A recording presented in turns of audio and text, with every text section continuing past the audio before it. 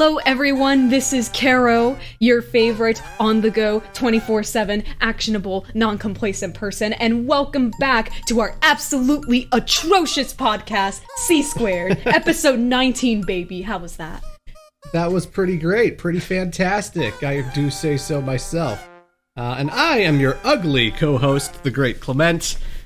And here we are, back at long last. It's been a while, I know. Mortal Kombat took me a while. I was very, very lazy. No, we've both had some pretty busy summers. Like, I've had a lot on my plate with my job and personal life, and Clement's been working on Mortal Kombat all throughout the summer, which, oh boy, it is such a process to get that approved through YouTube, because Mortal Kombat is a lot of, like, violence, a lot of explicit content, and that's a whole entire process which I have no knowledge on, and it's like your longest video yet, right? In the Insane Trilogy. It's the longest video I've ever made. So obviously, it's not like he was sitting around doing nothing all summer. This boy was working. And again, that is something that needs to be stressed. Like, I didn't need to worry about monetization with Tekken or Street Fighter or a lot of the videos I do. Gal Gun is one of my few videos that's definitely been marked because of its sexual content. So I'm not getting much monetization out of Gal Gun, but that's fine. Mortal Kombat, I knew this was going to be a big one. I knew that this was going to have lots and lots of views, and so far it's at like 400,000, which is great. And this is a notorious series when it comes to gore and like monetization. Like, a lot of people, whenever the fatalities come up, they have to like turn the screen black and white, or they have to like just straight up omit it completely. Like Maximilian Dude, who's this great big fighting game streamer, he'll actually like cut the camera away from the fatality onto himself, and he'll describe like the most outlandish, silly things that are happening. Like, oh, he gave him a big hug. Oh, that's such a wholesome hug. While you hear all this gore happening, like people getting ripped apart into pieces and stuff. I know Johnny and them, when they did their Mortal Kombat 1 playthrough, they blurred and turned everything black and white whenever someone got like decapitated or something. So, you know, it is a thing with Mortal Kombat monetization. I managed to finagle it so that I kept a lot of the gore intact, but there were some things I couldn't show. And my internet is so terrible that, like, I have to load it, and that takes, like, hours. Hours! This is a 3-hour thing. Like, I have to take... Not the upload process. That's way longer. The video is 3 hours, which means it's, like, 9 hours of upload, just to see if this version will be accepted. And then the next day, I got to upload it for another 9 hours just to see if that version will be accepted. And then the next day, another 9 hours just to see if that version will be accepted. I have shit internet, so if you're wondering why this took so long, it's stuff like that. I don't envy y'all that gotta do that. That's a long process. It's ridiculous. I don't like it. Luckily, I think that'll be the last Mortal Kombat video I make for quite a while, until I need to recap one when the next game comes out, because, you know, I have thought about doing that. Like, when people have been saying, like, why don't you do a video on a follow-up on Tekken 8 or on Street Fighter 6 and stuff like that? And I'm like, you gotta wait until the next game is coming out. I'm not doing a video on Tekken 8 until Tekken 9 comes out. I'm not doing a video on Street Fighter 6 until Street Fighter 7 is coming out. That, to me, is a perfect excuse to return and to recap what happened in the last game, to hype people up for the next game, so that when people are getting all, oh, Tekken 9, I can be like, here's what happened. That bitch-ass Heihachi came back. He's not dead. The man is unkillable. Your main's alive. I got my Bison in Street Fighter, and I got my Heihachi in Tekken. I am living good, baby. I am living so good. It's awesome. And I just recently found out that, like, in Tekken 8, there is a Peruvian coffee character, which I was really excited. I think her name is Azucena off the top of my head. But yeah. Her whole thing is that she lives in Peru, and she works on, like, a coffee farm. And that's her shtick. And I'm like, yo, I gotta, like, main her. Absolutely. We'll play that someday. But that's a perfect segue, yes. Caro. Peru. I went to Peru back in June, as in me and only me, as in Caro, Carolina, the singular being of Caro Taro, went to Peru.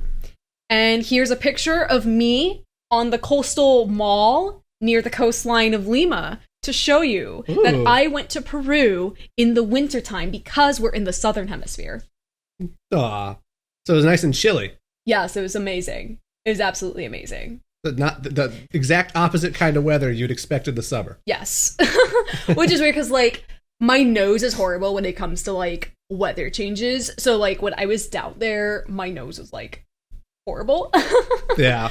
Otherwise, like, not too much to say. Otherwise, it was, like, a really fun trip. I saw family. It was nice to see my grandparents again after they've been dealing with a lot of things. But, like, it was really nice walking around.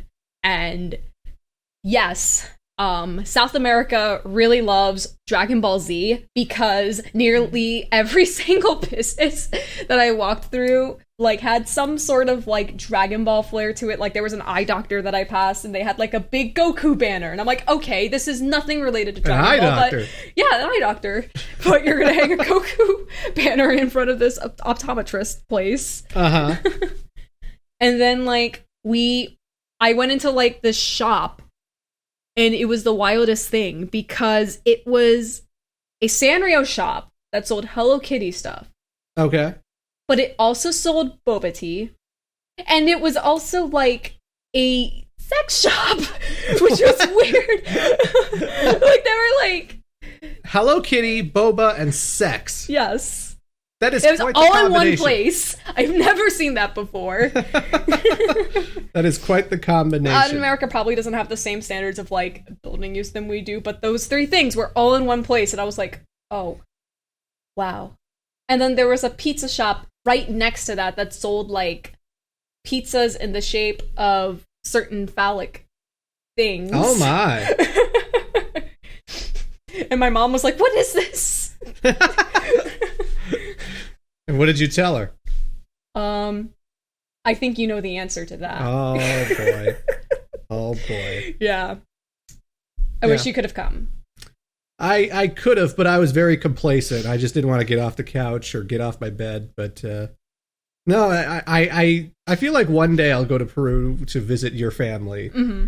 And you're definitely going to stand out, though, because, like, I learned very recently, y'all, that I am above average height for a Peruvian woman because I'm 5'2", but the average height is like 5'1". So I'm actually taller than a lot of women. There was actually so jarring being there visiting family because, like, for the first time ever, I could, like, talk to people at eye level. Like, all my relatives and cousins I'm talking to, like, I don't have to, like, tilt my head up and be like, hello. Yeah.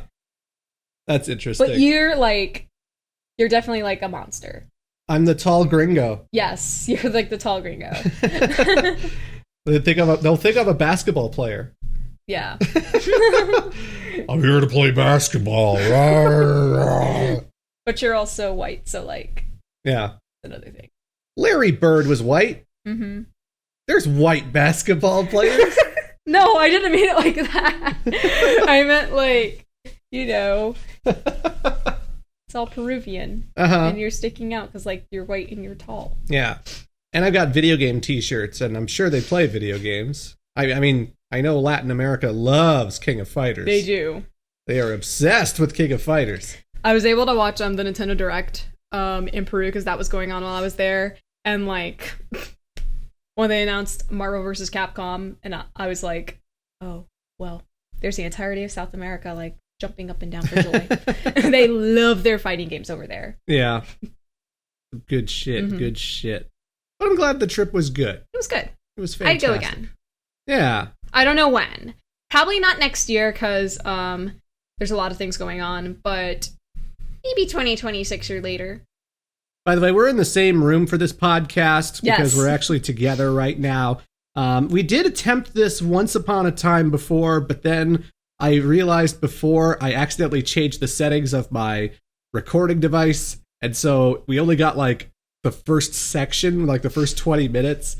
But this time it's not going to go wrong. This time I changed it to what it's supposed to be. And I'm going to make sure that the whole thing is outputted like this. So if you just see, you know, if you hear a little extra noises, like there are trucks outside and the bedding and stuff, like it's just because we're in the same area. And, it's hard to cut out those kinds of noises when we're both talking at the exact same time. That's why I sound less shitty. You're on a good microphone this time. No, your microphone's fine. We are recording, right? Yeah, we're recording. Okay. See, because I'm going to click to the Audacity right now. There it is. Okay, good. Don't worry, we're good. So today's episode is going to be very superhero-centric because we watched 2 series of movies for the last few months. Kara, this is like your first time getting into the X-Men franchise, right? Yes.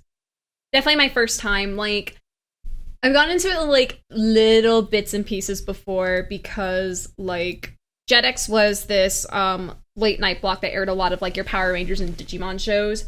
So like I remember seeing bits and pieces of X-Men the animated series from that block. Even though I was like, well, I don't know what X-Men is. I just want to watch Digimon. So that was definitely one of my first exposures to X-Men. Obviously, I've seen the Deadpool movies before. Yeah. This one. Otherwise, no prior experience with X-Men. None at all. These movies. No. Yeah, so I showed Caro X-Men 1, X-Men 2. She saw X-Men 3 on her own. And I believe you also saw X-Men Origins Wolverine. Yes. Okay. Oh yeah, that's the only other movie I've seen before I seen the X-Men. You saw Wolverine first? I saw X-Men Origins Wolverine. Yeah, I've seen that. Oh my I saw god! That first before everything else. Oh my god! What a terrible introduction to this franchise. No wonder you didn't keep watching the X-Men. Oh my god! No, when I showed you that picture of me watching X-Men Origins Wolverine, that was not the first time I saw that movie. Oh my lord! What a terrible introduction. But then I showed you First Class, and then we saw Days of Future Past. Yes. That's all I've showed. That's all we've seen. I've seen Apocalypse. I never even bothered watching Dark Phoenix, but she has not seen the last 2 movies. No. Just as a quick note, I also did go through the entirety of the original X-Men series on Disney+. Yeah. So I have that knowledge. Great show. And I also jumped into X-Men 97 after that. And good stuff. I can't wait for the new content coming soon.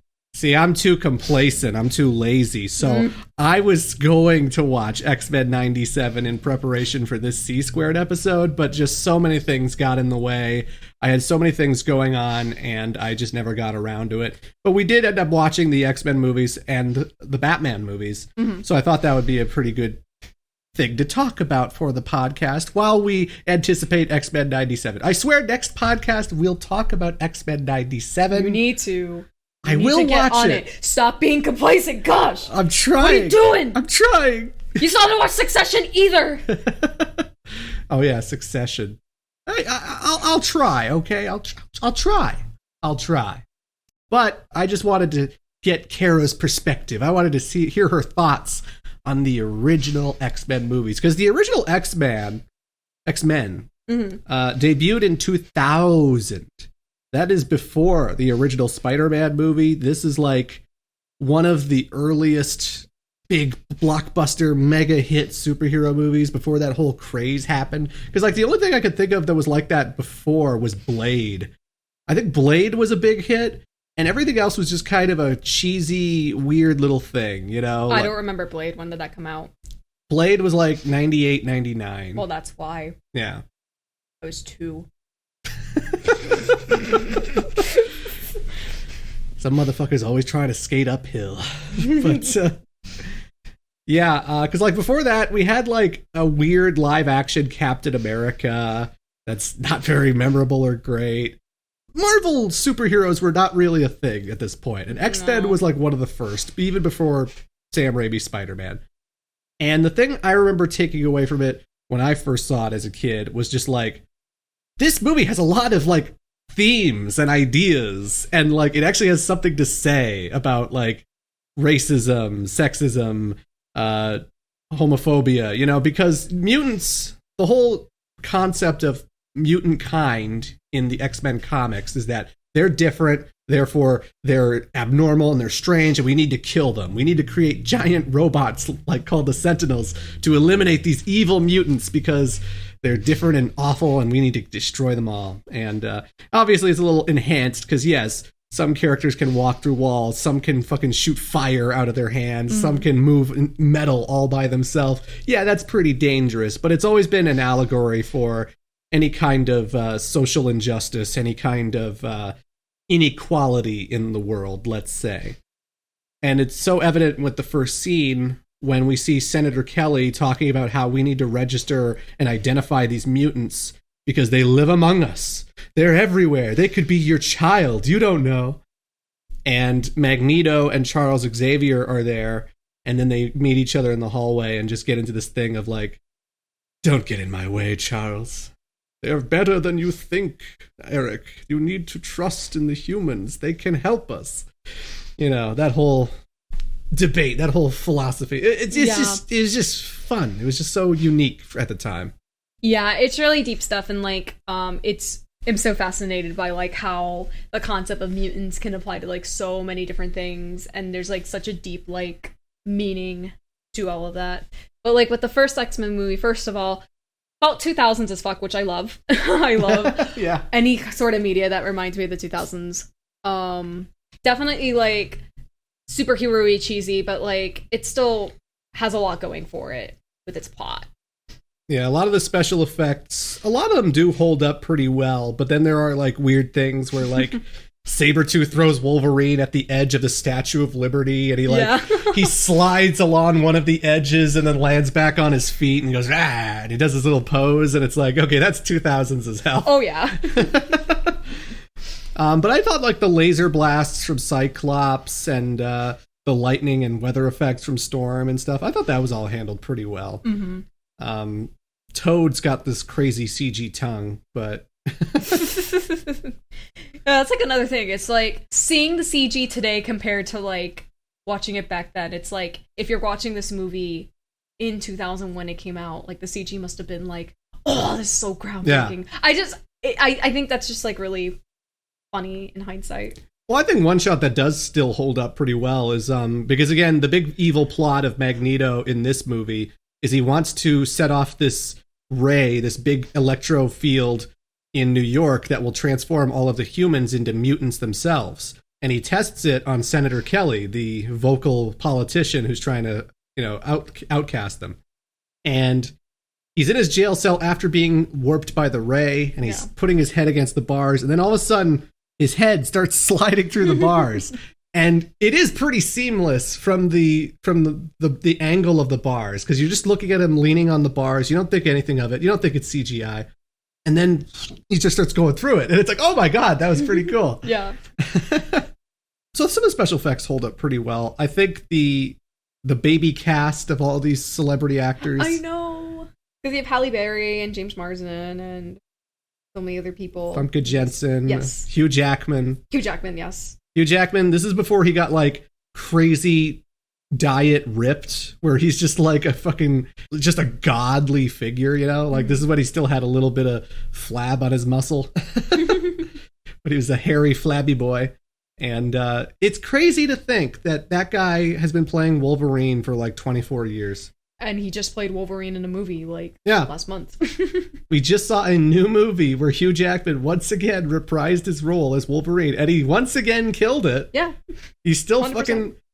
you could still cast Hugh Jackman today because he's still fucking good in the role. But like, again, the original X-Men came out in 2000. Like, this predates Tobey Maguire's movie, and Hugh Jackman still looks fucking good. Oh, 100%. He still looks fucking great. What is your secret? He really is like a 200-year-old mutant. Mm-hmm. He doesn't age. Props to Hugh Jackman for not being complacent with his movie roles and endurance in playing Wolverine. Absolutely. I still enjoy the original X-Men movie. I'll always enjoy that movie. It's not as good as X-Men 2 or First Class or Days of Future Past. It is like the starting point. It's a fine introduction. Yeah. It was enough for me to be like, I'm in. Let's watch X2. Yeah, absolutely. And also, it was the first thing to have Mystique be a completely naked, blue, fucking nerd fantasy girl. Yeah. Because, like, in the comics, Mystique wears, like, this white robe, She's got, this white costume outfit thing. And in the movie, she's just completely naked. which is pretty funny. I guess it kind of makes sense. Like, she is a shapeshifter. She doesn't just transform into anybody. And, you know, she's wearing clothing. You'd figure that her clothing would still be intact. But no, it transforms with her in the comics. So, you know, I actually get the mentality. I get the idea of why they wanted her to be naked for the movies. But, you know. But I was like, dang. In the 2000s, everyone was over Mystique, huh? Oh, we were down bad for Mystique. I can see her titties. I mean, okay, there's a little pasty on them, but they're blue and they're rounded, and I can see them. And Rebecca Romaine, oh my god! Oh gosh, what was that episode of Family Guy that we watched the other day? Oh, which really hones it home because that episode was in the 2000s. Yeah, it was the episode where Peter gets in debt at the pharmacy, and so he sells Meg to work for Neil. Meg wants out of the deal, and the only way to get out of it is to catch Neil's son. Or no, Neil was the child, but either way, she had to catch Neil cheating on her with someone else. So they faked it so that Lois would put on a Mystique costume, and she would corner Neil in this hotel room, and and then they would walk in on it. But it was just like, oh my god, she's Mystique. And I'm like, yeah, this is definitely a 2000s thing. X-Men 2. Yes. How much better was that sequel? It was amazing. I was like, oh my gosh, like, the themes are even deeper this time because now you have Magneto enter the mix. And, like, he and Professor Xavier have, like, this whole conflict of, like, okay, how should mutants be treated? We both have the same goal. We both want mutants to, like, live and be free and have, like, a more active lifestyle in society. But where it gets really interesting is the means of which how they want to achieve it. Whereas Xavier wants more of the humans to be integrated into that and believes that, like, no, humans do have a good side. Magneto's like, nah, fuck that. All the humans need to be destroyed. So I just found that, like, dichotomy so interesting. The action scenes in X-Men 2 are so much better because, like, right off the bat, we start off with Nightcrawler trying to assassinate the president. And it's just so cool to have a character who can teleport and go from zip and zap just all over the place and just, like, drop kick and defeat all the Secret Service just like that and nearly get to the president until something interferes. But, yeah, the actors just get more into the role. And again, you're right. The villains being part of the hero team, like, they actually have to work together to take out Stryker, the big bad military guy who's kidnapped Professor X. There's a lot of great scenes because you get to see the heroes bouncing off of the villains more. There's this great scene where they're in the park and Nightcrawler goes up to Mystique and he's like, I heard you could imitate anyone you want. And then she repeats that in his voice. I heard you could imitate anyone that you want. And he goes, if you could transform into anyone, why don't you just look like them? Why don't you just hide amongst them all the time? And she goes, because we shouldn't have to. That line cut deep. I was like, oh, wow. Oh, this is coming from the villain side. Wow. Yeah. Damn. I love that fucking line. And I love lines like that where they go to Iceman's house because they just had to escape the X-Mansion. And Iceman has to reveal to his family that he's a mutant. They thought he was just going to a special school. They didn't realize that like he went to a school for mutants. The mother's just like, have you ever tried not being a mutant? Which is so allegorical of, like, the way people talked about LGBT kids back in the day. Oh, yeah. It's just such an obvious parallel to all of that. And even, like, other things like mental health and a lot of other, like, marginalized, like, identities. Yeah. The action scenes are great. Like, I love when the soldiers storm the mansion and Wolverine just goes to town. Like, you actually get to see him stick his blades into a dude's chest and like, wow, I'm amazed this is PG-13. The way he roars. Wolverine, he's crazy. But there are so many moments that just make me smile and go, oh my god, like I didn't actually see that coming. Yeah. Where the guards are protecting the Cerebro machine that Stryker comes in, like that Stryker is using. And then all of their pins on their grenades just fly off. Yeah. So Magneto just pulled all the fucking pins and they all boom. They all just blow up. It's crazy. Yeah. Cyclops and Jean. A lot of people think Cyclops is pretty underutilized in these movies, unfortunately. And to some extent, I do agree. I do think he should have a bigger role in both X1 and X2, and especially X3, but we'll get to that. What a waste. But the few screen time that they do have, they're pretty great. Yeah. I would also agree with that. Mm-hmm. You know who else was in X2? Who else was in X2? Logan Roy from Succession. Oh, right. I know you pointed that out. Yes, I'm pointing it out a second time. And another Succession actor was in Wolverine and Deadpool. Yes. Which we'll get to. The signs are pointing. Oh, God. Oh, God. He was in the Tekken commercial. That was crazy. Yeah, that was crazy. They fucking got goddamn Stryker to explain the lore of Tekken. Which is so fitting to his character on Succession. Won't spoil, but... What the hell is a devil gene? It's just so bizarre to have an accomplished, serious actor like that guy. And then he has to explain what devil genes and why people are throwing others off cliffs and stuff, and I'm just like, oh my god, Tekken is so fucking crazy. Watch the show, it'll make more sense. I guess so. There has to be a reason why they chose him, but yeah, X-Men 3. That's I don't want to talk about it. We gotta talk about it. And we gotta. No. People want to know. People gotta know. No. It sucked.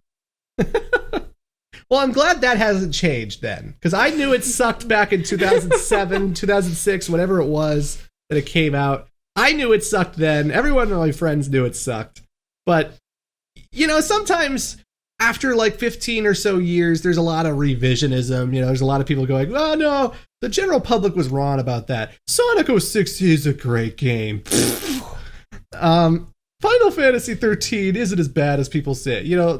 I've heard people even defend like Metroid Other M and Devil May Cry 2, and there's a lot of games out there that get a lot of revisionist look backs where people go, well, maybe they were too hard, maybe they were off the mark on this one. I still think X-Men 3 sucks. No, X-Men 3 is horrible. It's dog shit. I can't believe Fox was so complacent and unwrote all the goodwill they did with X2 and made this piece of garbage. It's like they were lazy or something with like their writing. It's like, I will never forgive what they did to Mystique. Oh my god. I wanted to flip something. I was like, what are you doing? Yeah, they really like took all of the justified will that you expect of Magneto and just like threw it in the toilet, because it was like he just immediately turns on her. Like the premise of X-Men 3 is that someone develops a cure for mutants, the mutant gene, which is an interesting premise. I think that's a great concept, and I do like some of the inner debates at the mansion where they're like, Rogue doesn't need to be cured, there's nothing wrong with her. Things like that. Those are the interesting parts of X3 that I do enjoy. But then you get stuff like Mystique gets hit by this cure. She gets tranked by one of the cures, and she turns into normal old Rebecca Romaine. No, I have my ears covered. Oh, God.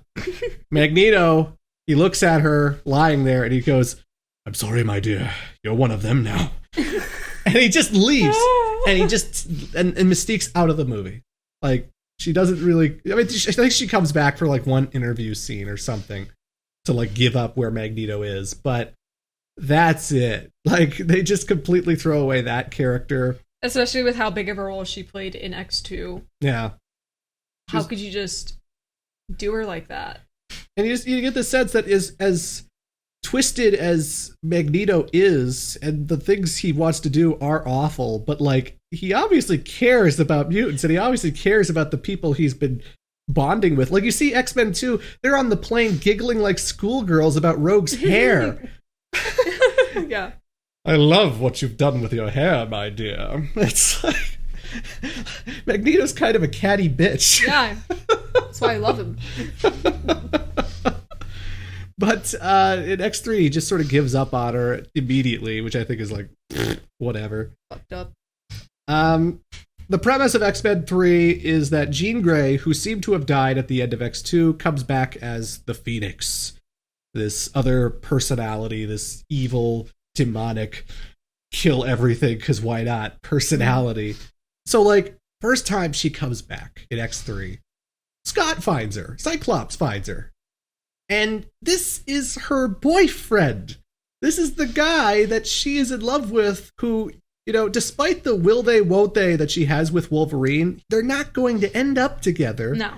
Because she's in love with Scott and Jean are soulmates. So what happens in X3?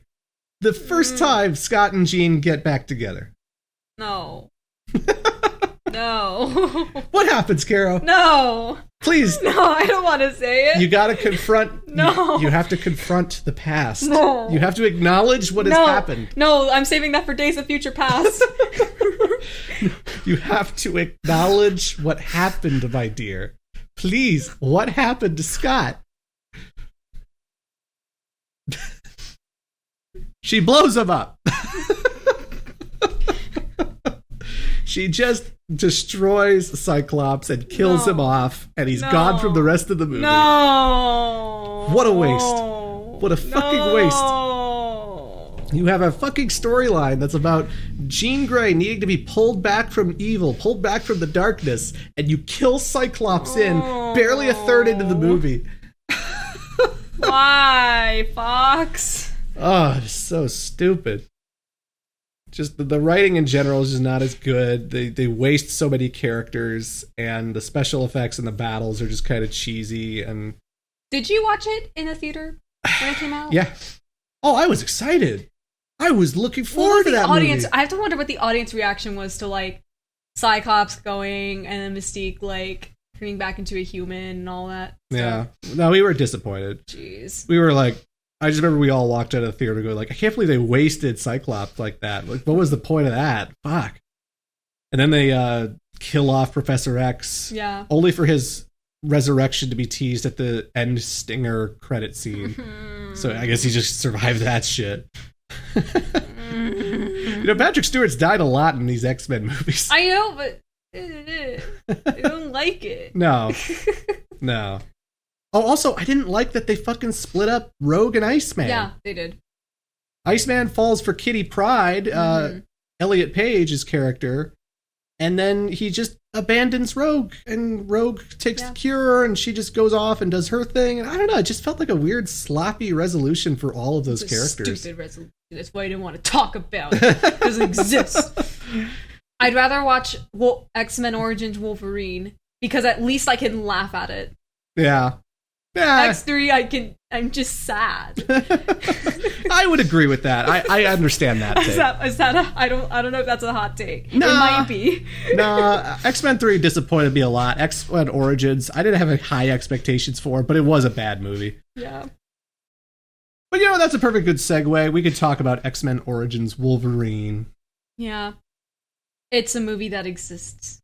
It's kind of an unnecessary movie, right? Yeah.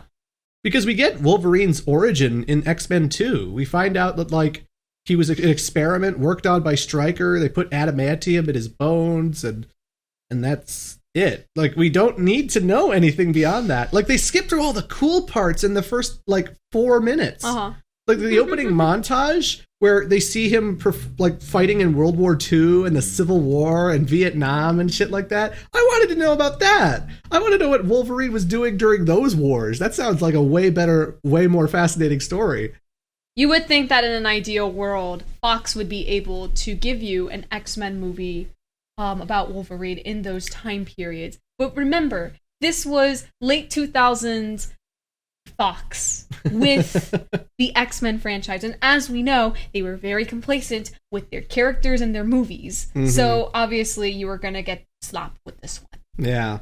So no war Wolverine movie for you. Yeah. I mean, it started out okay because we did have a good Sabretooth this time around, not just that weird hairy Beauty and the Beast guy from the first movie. Yeah. Liev Schreiber does a pretty good job. I think he has a great relationship with Wolverine in that movie. I always think the hardest, coldest line in that film is like, "How do you expect to kill me, Logan? I think I'll cut your head off. See if that works." I was like, yeah. But being a prequel, this has some liberties, and this is the first appearance, technically, of Deadpool. It is technically not what you would expect, but he's in this movie. Ryan Reynolds is Deadpool, and in the opening scene, he's playing a maskless, just regular version of the character who's just this badass swordsman who's always talking, and the characters tell him to shut up. And, you know, it's certainly a movie version of Deadpool that the 2000s would have cooked up for sure. Yeah.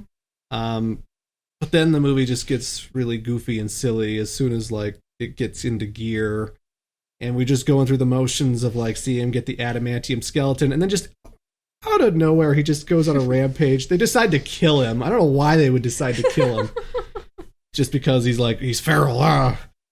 It's a failure. We must destroy him. And so we have this whole chase, and he walks away from explosions, and he cuts down CG ladders in the most unrealistic thing I've ever seen.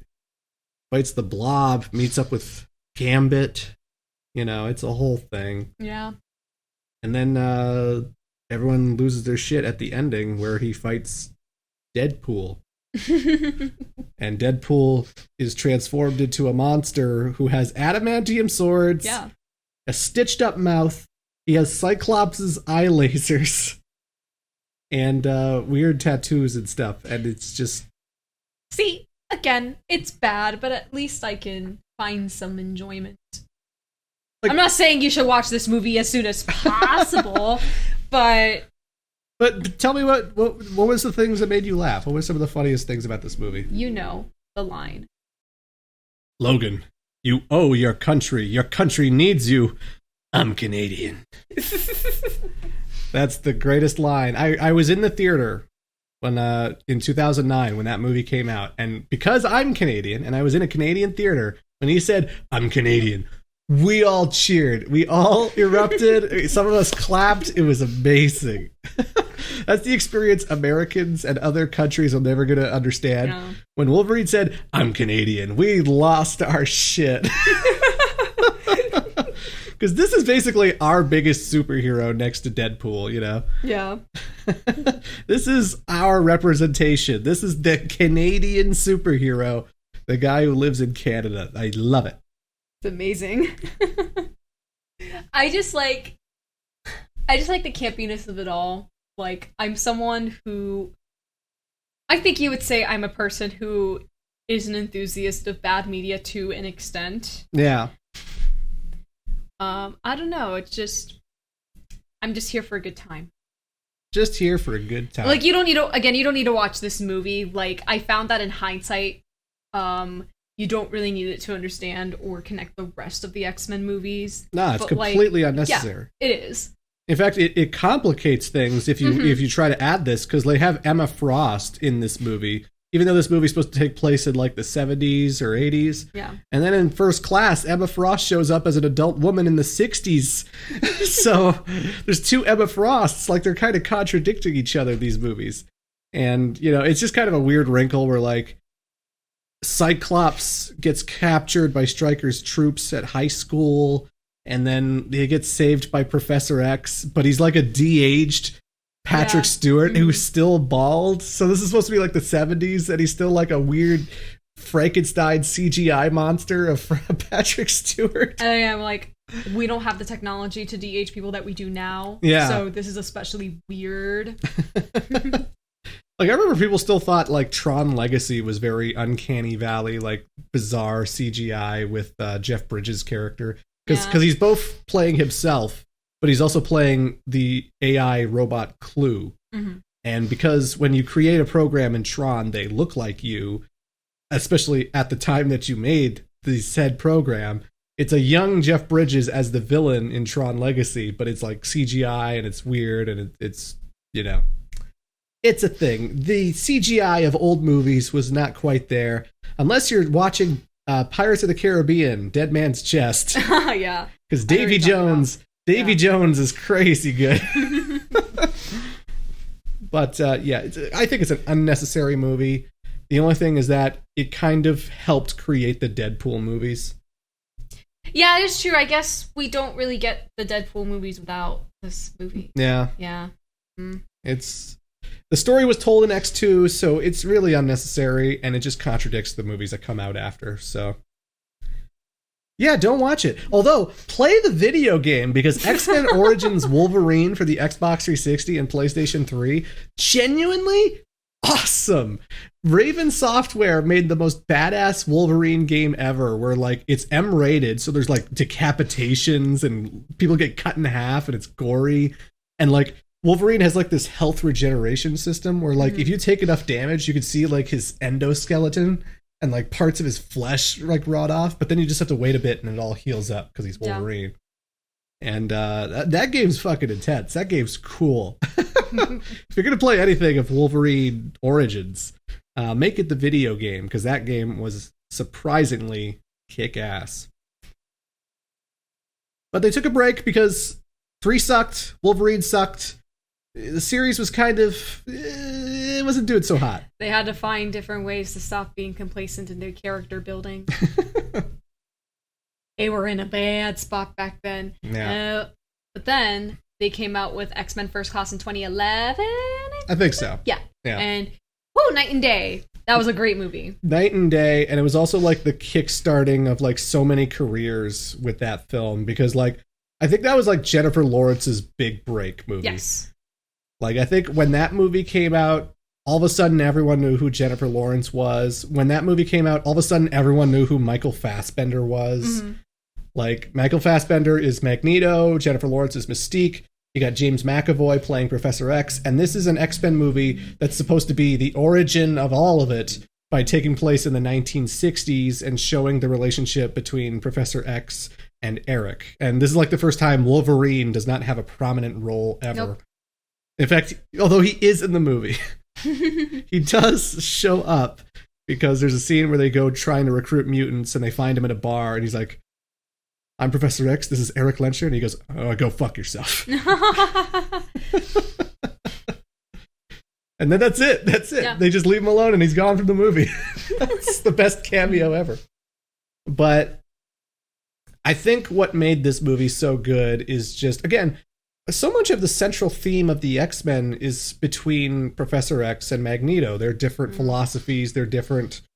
the way they perceive the world, and it's also a great movie to see how they're buddies this time. They're actually friends. Oh, yeah. We understand how they got to know each other, how they actually became close. And yeah, they're friends, huh? Oh yes. Go on, Carol. They're good friends. They are very, very, very, very, very good friends. And if they just happen to kiss, you know, it's just a good friendship. You kiss your homies goodnight. I think someone shipped the two characters. I don't know. But anywho, they add a lot more to Mystique's character by having her have a close relationship with Professor X, so we see how that fell apart. And they introduce a lot of mutants that you've probably never seen before, like Havoc and Azazel and all these other things. But like Kevin Bacon's a great villain in this. Oh yeah. But I just liked that it was about the conflict of mutants versus humankind, and it had like this stylish 60s kind of aesthetic, and yeah, it was very solid, very, very fantastic. I enjoyed it quite a bit. And when you have good actors like Jennifer Lawrence and Michael Fassbender, I guess that's just going to happen. Mm-hmm. I like the beginning of the movie where like you have little Professor Xavier and he's like walking through the house and he finds Mystique like stealing food from like stealing food from the kitchen. Yeah. It's like little Mystique, and he's like, "Please take this food. It's okay." You don't have to steal it. I could just give it to you. Here you go. Yeah.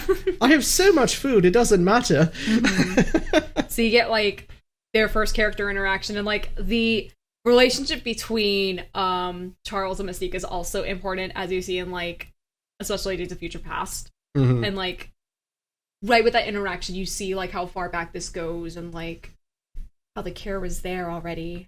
Yeah.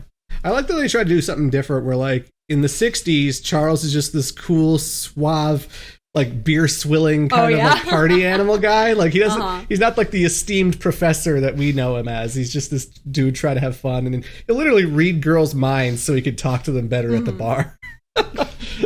Because why not? The useful power to have. Absolutely. This also has Zoe Kravitz, who played Catwoman in the Batman. She plays Angel, I believe, in First Class. So we see her as a stripper, but she has like these fairy wings, these angel wings that allows her to fly, and she can shoot like fireballs at people and stuff. And it's just a solid cast. The end broke my heart, because then you see how Xavier and Magneto separate. Yeah. So that broke my tiny little heart. We knew it wasn't going to last. My ship, I mean, the friendship. It's gone.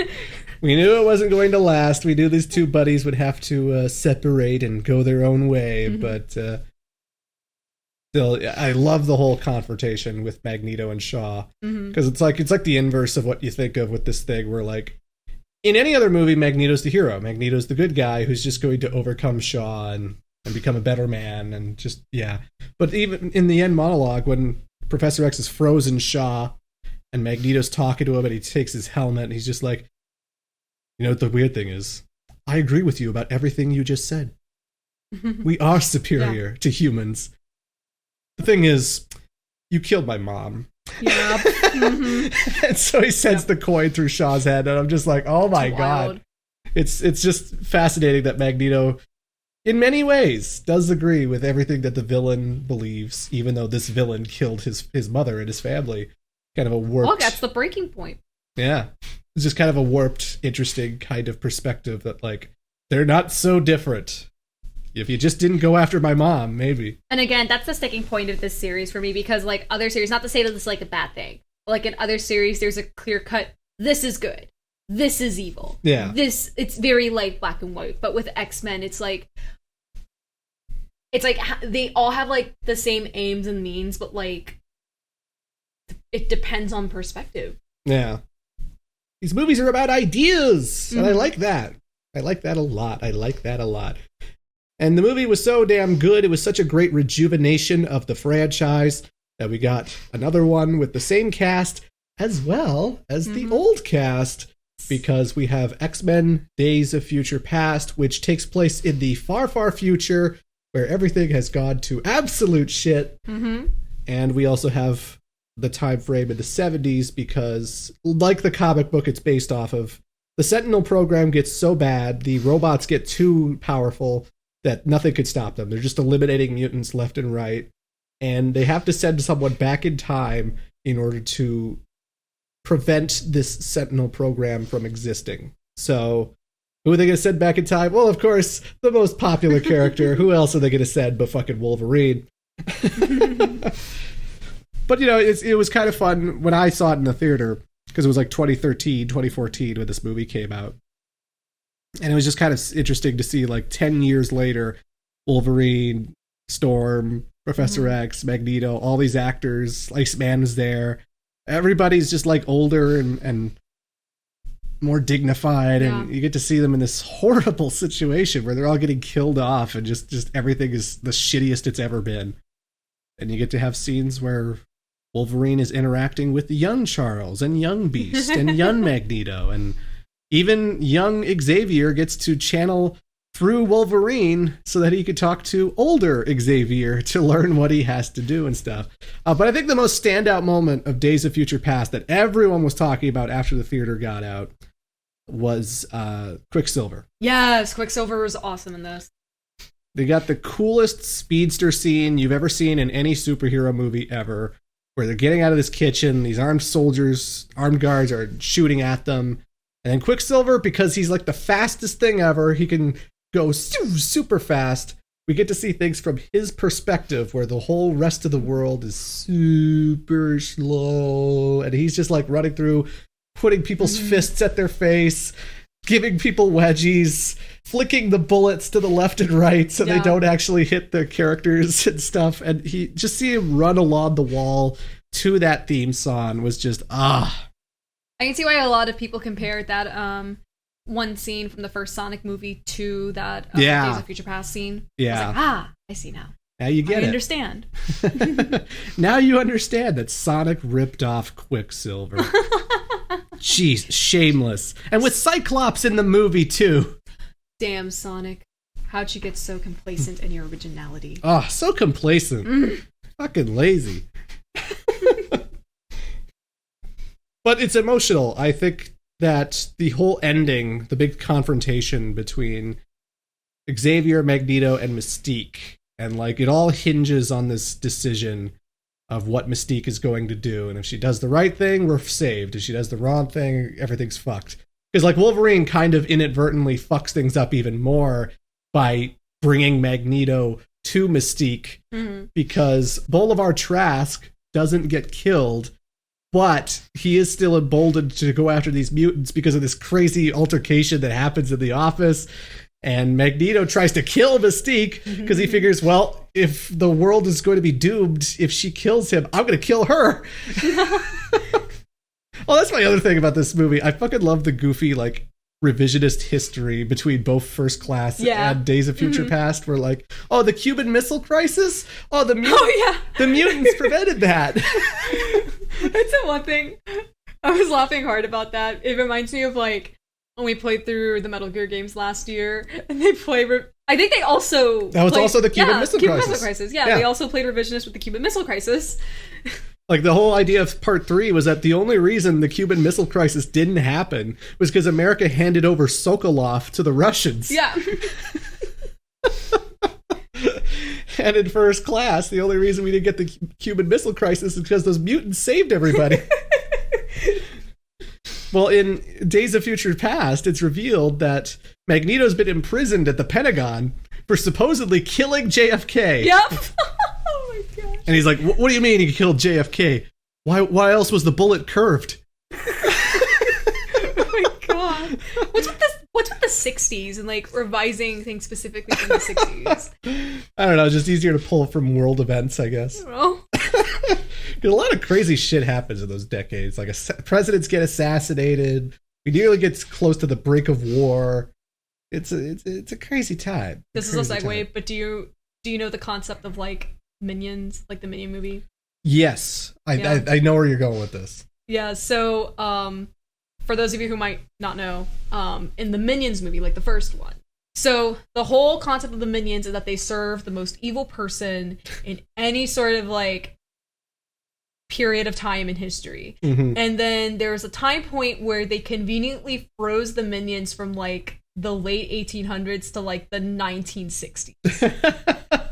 So if you can fill the rest of the blanks there, you kind of know why they did Don't worry, kids. The Minions were not Nazis. Oh my god. The Minions did not help Adolf Hitler. It didn't help Franz Ferdinand either. Jeez. Oh my god. Did they help Saddam Hussein is the question. No. Oh. Boy. These are the things I like to think that they continued helping. These are the things we gotta know, Minions. We gotta know. But, yeah, so... But it also turns out that Magneto, he didn't kill JFK. He tried to save JFK. That's why the bullet curved. He just happened to curve it in the wrong way, I guess. But I also love that trope where, like, someone goes back in time and then they end up, like, failing completely. Yeah. Like, I don't know if you ever saw... This might be a spoiler, but I don't know if you ever saw that episode of Buffy the Vampire Slayer. Oh, no, I know what you're talking about. Where Cordelia wishes that Buffy had never been born, or something, that Buffy was just a loser, or something like that. Yeah. But she ends up creating this world where, like, vampires take over Sunnyvale. Oh, yeah, everything's, like... horrible. Everything's terrible. And so you assume that Cordelia has to fix the problem in order to bring things back to normal. And the thing is, she does tell everybody what's going on. She warns everybody else what's going on. But halfway through the show, she gets fucking killed by Willow and Xander. Yeah. And so it was always like a big, oh shit. Like, the one person who knows what's going on, that knows that history has been changed, the one person who knows that this is completely screwed up is dead. Yeah. And you're like, oh shit, this might end horribly. This might be the whole rest of the show now. Yeah. But of course, things still work out thanks to Giles and Buffy and them. And my boy Giles. Yeah. But like in Days of Future Past, even though Wolverine doesn't have an adamantium skeleton, he's just got like the bone claws for now. He still gets like captured by Magneto, who throws a whole bunch of lumbar and metal inside of him and then chucks his ass out of the stadium into the river. And like he loses consciousness and loses his connection with everybody else. And it's just like, oh shit. I love when stories do that, where like the time traveler has been incapacitated. The time traveler has been defeated. Now it's just up to them. I hope he made a difference. Let's hope this actually worked, you know? I also love the trope in time travel stories where like you go back in time specifically to find someone, but you have to convince that someone that you are who you say that you are. Yeah. Because like if someone came up to me and they were like, "Oh no, I'm you 20 years in the future," I would think, "No, you're insane." And you're full of shit. Tell me something only I would know. Yeah, exactly. Tell me something only I would know. But I always say Days of Future Past is like the perfect ending point for that whole series of movies. Not only because Apocalypse and Dark Phoenix weren't that great, but also like it just caps off everything about the first movies too. Because this isn't just like a happy ending for the young characters. This is a happy ending for the old characters, because Wolverine wakes up and the Sentinel future has been completely abolished. And you get to see all the old actors who weren't even in the Apocalypse scenes, like in the bad Dark Future scenes. Because like he runs into Beast, runs into Rogue. Runs into Rogue, who wasn't there. She's back with Iceman. That's kind of interesting. Fuck you, X3. Fuck you. fuck you, Kitty Pryde. Oh my god, actually, there's one thing I wanted to talk about X-Men 3. The best scene of X-Men 3. The greatest meme of the 2000s, and the thing that we all died in the theater laughing at, is when Kitty Pryde is taking the Cure Boy and trying to run from the Juggernaut, and she puts the Juggernaut through the floor. Yeah. And then Juggernaut goes, "What the? I'm the Juggernaut, bitch!" Yeah. Freaks out. Hey, but I forgot about that. That is the funniest thing in any of these movies. Just him going, "I'm the Juggernaut, bitch!" Then he chases after Kitty. But no, even watching it recently, I was still kind of choked up and emotional when he goes down the hallway and he sees Jean Grey is alive because X3 didn't happen. Yeah. And because X3 didn't happen, guess who's also there? He goes to touch her and someone grabs his hand and like, whoa, hands off her, buddy. And it's Cyclops. And I was like, oh my god. So good. Fuck you, X3. So again, I love X-Men Days of Future Past because it's a happy ending even for the old cast, and you can kind of ignore X3. Like, the way I do it, I watch X1, X2, and then I jump to First Class and watch Days of Future Past. As far as I'm concerned, there are 4 great movies worth watching, and I like those 4 movies. X3, you could skip it. Skip it. I don't think it's necessary. It's not important to know that Jean Grey turns evil, kills Professor X, and dies, because Professor X just shows up in Days of Future Past anyway. Like, even though he blew up, he just comes back anyway, so it doesn't matter. It's just nice to know that the school and all the faculty and everyone is still intact in the ending. Yeah. And they're all older and just everything's fine, you know? It's fine. And we assume Mystique is not evil as well. Or if she is, at least nothing cataclysmic happened. No. And yeah, so that's why I never showed her the last 2 movies, and I just think that's a perfect ending point for that saga. I want to go to the school. You want to go to the Mutant Academy? Yeah. What would your superpower be? That's a good question. I've always been someone who is very emotional.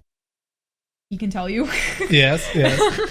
But I'm also in tune with like other people's emotions, so I feel like my mutant ability would be something related to that. Like it sense like emotions or something.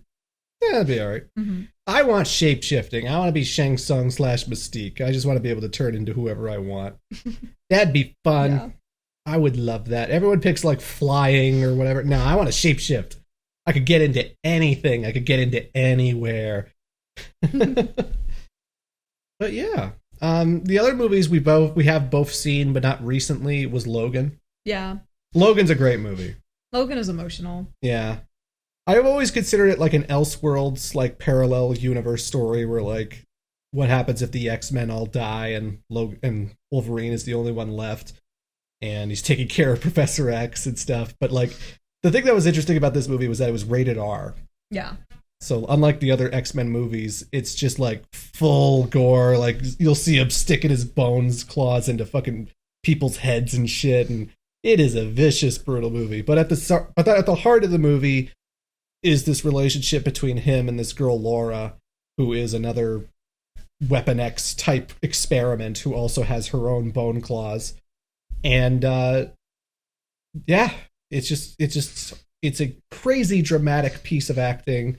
Just watching Wolverine watch as the whole world crumbles around him, and he just loses more and more of everything he knows, and his mutant power is receding, so he's finally aging, and he's finally taking damage, and it's finally ending for Wolverine. He knows he's going to die soon.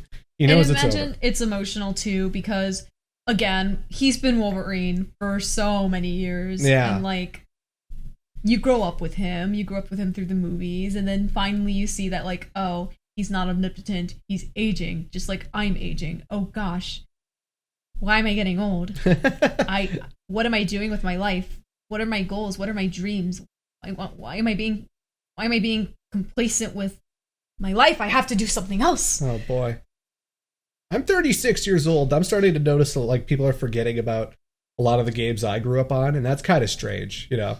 Knowing that, like, the younger kids of today don't really know what a Goemon is. They don't know what certain N64 games were like on an authentic N64 and stuff. And it's like, that was my childhood. That's what I know. The kids today think we played video games in black and white. Well, Pon was. Yeah, but, like, PlayStation 1 games. Yeah, PlayStation, yeah. Because they were black and white arcade games. I'm pushing 30. I don't want to be 30. Oh boy, I don't want to be 30. I'll be 40 in 4 years. In 4 years, I'll be 40. No, kids, I've been doing Let's Plays since like 2009. That was an age ago. That was when Wolverine came out. That was an Origins Wolverine. That was so long ago. Are you kidding? But Logan's great. I don't think we need to explain why. It's just fucking great. But it is a very good segue into the new movie that we saw recently, because we did see the newest Deadpool film. Yes. Deadpool and Wolverine. Deadpool and Wolverine. First of all, geez, y'all, can y'all wait like a few weeks to post spoilers and shit on social media? Really? Okay, because like, if it's like a month or later after the movies come out, okay, fine, go for it, cool. But like, oh my gosh, I have all my terms muted on social media, so I don't see anything, and I was still seeing stuff retweeted onto my timeline. I won't say any names, but I know who y'all are, of my friends. Mm-hmm. But like, y'all, come on. At least add the words Deadpool and Wolverine in the post. Some Mm-hmm. people don't even do that. They just show a cameo of some guest appearance in this movie. Reckless abandon. I was not spoiled on the guest appearances. I was spoiled on one particular thing, but it wasn't really like major. It made me look at it. I was like, really, y'all? Come on. Yeah. Briefly, what did you think of Deadpool 1 and 2? I loved them. I did too. I love them as well. I just think it's such a unique niche of superhero movie where it's both rated R and it's meta, so they're constantly cracking jokes for the audience that the audience... It's like the most relevant, humane thing. Like, even in this newest movie, Deadpool jokes about how, like, the MCU is at a low point right now. Yeah. You would never hear that in any other context, and I love that they can make jokes like that. Like, oh, geez, Wolverine, you entered the MCU at the wrong time. We're at a low point right now. It's like I expected them to crack the Fox buyout jokes. Yeah. It didn't. I mean, from the trailer, you know they're battling in some big desert with the Fox logo in the background, and I'm like, why is there just literally the Fox logo in the background? Oh my god. Yeah, I love the first two movies. I still think they're pretty rewatchable. I went back to it a whole bunch of times. Deadpool 2 still makes me laugh with just how over the top and how silly it is. Like, I love when they go into the X Mansion in part 2 and he's driving around in like Xavier's wheelchair. Oh yeah. And he's like cracking jokes about the fact that like, how come you and me are the only ones in this place? What, you couldn't afford Storm? You couldn't afford... Yeah. What about the guy who shoots rings out of his chest? You couldn't get that guy? You know? And then they have this fun cameo, which apparently was filmed during Apocalypse, but he's bitching about how there's no other mutants in the mansion. And then you cut to the left of him, and there's Beast, Professor X, Quicksilver. Yeah. They're all in the other room, and Beast just like slowly closes the door. But yeah, I still think those movies have a lot of heart, especially in regards to his relationship with Vanessa, his girlfriend. And yeah, I think they're pretty funny, and they don't get... I feel like Deadpool is one of those characters like Harley Quinn, where in the right amount of doses, they're great, and in the wrong amount, they're annoying as fuck. Yeah. And I think movie Deadpool strides that line. I think movie Deadpool is really, really funny. He's never like obnoxious to the point where you just want him to shut the hell up and go away. I feel like video game Deadpool can be that sometimes. Yeah, you think so? Yeah, like Nolan North's version in the Nolan North Deadpool game. There's some things about that guy I'm just like, oh my god, Deadpool, shut up. Please stop talking. But I actually don't mind it in the movies. I think like my favorite thing about Deadpool 2 is the X-Force scene, where they're all on the plane and they're all getting ready to take on Cable, and they're all ready to save Russell, the little kid. And it's just a massacre. Oh, yeah. It's just a complete disaster of an operation. And that's the kind of humor I jive with. That's the kind of like goofy ass shit that I appreciate about I remember these movies. losing it in the theater when I saw it the first time, which you were there for. Yeah. It was just so friggin' funny. Yeah. And the supporting cast is great. You know, I like Negasonic, Teenage Warhead. I like Pinter. I mean, yeah, TJ Miller was kind of funny in the first 2 movies, but I am glad he's not in the third one. Yeah. He's not a great guy behind the scenes. But, wow. Which also, if we're talking about guys who aren't great behind the scenes, you know, the original director of the X-Men movies, Bryan Singer, also not a good person. But, you know, sometimes you got to separate the director from the cast and the production and the story. Like, everything about those movies is still great in spite of its shitty director. But yeah, that takes us to the third movie. And again, we're not going to get into spoilers. We're not going to get into anything that'll ruin the movie. It's still out there. And we still appreciate the concept of letting people see for themselves and not ruining it on them. No. Unlike some people.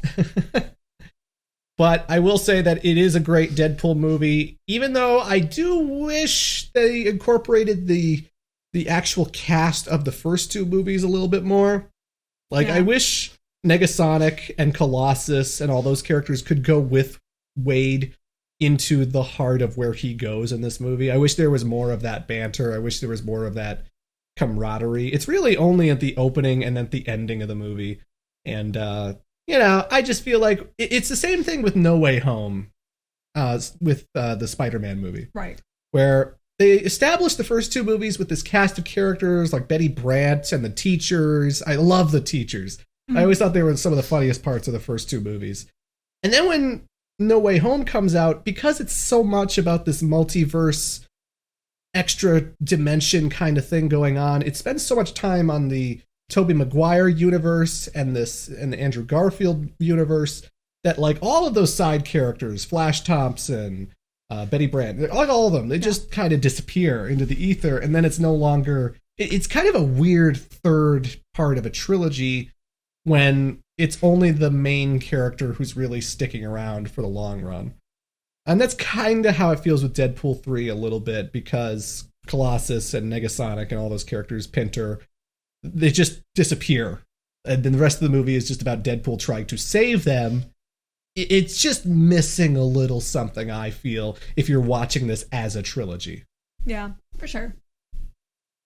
It's still, like, comically Deadpool otherwise. Like, the humor is still there. Like, the script writing is clear. It's still hilarious. It still made me laugh a shitload in the theater. And now we have a new protagonist with Wolverine. So we get to see Wolverine bouncing off of Deadpool. Figuratively and literally. When I first came into this movie, I didn't know if it was going to be justified or worth it, because I'm like, Logan was such a good ending for Hugh Jackman's Wolverine. We don't need another Wolverine. Come on. But I think in context of like this being sort of a send-off of like all of those Fox universes and what Fox built up before the Disney MCU merger, I think as a cap-off to that era of superhero movies, I think it's actually totally justified. Yeah. And I totally bought Wolverine being there. You know, I also especially in context of like what the movie is about and what the MCU has also been building up. Yeah. There are a lot of surprises in this movie that even I my jaded, cynical heart did not expect to see.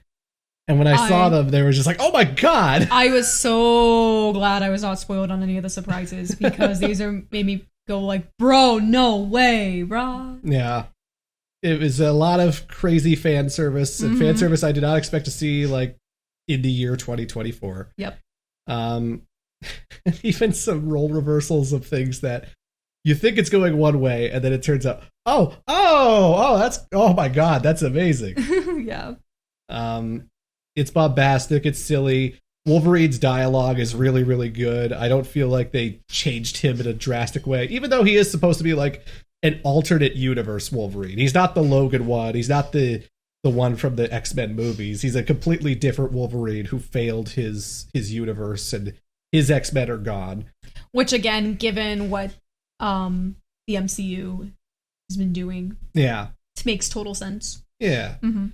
I like the villain a lot, Cassandra Nova. Yeah. I think she was creepy and powerful in all the right ways, because like she has this ability to like put her fucking hand in someone's head and her fingers will poke out of their face and stuff. It's exactly how it is in the comics, pulled straight from the comic books. And I was just like, oh my God, like there's something so mind-bendingly creepy about this super powered, like what if Professor X was fucking evil?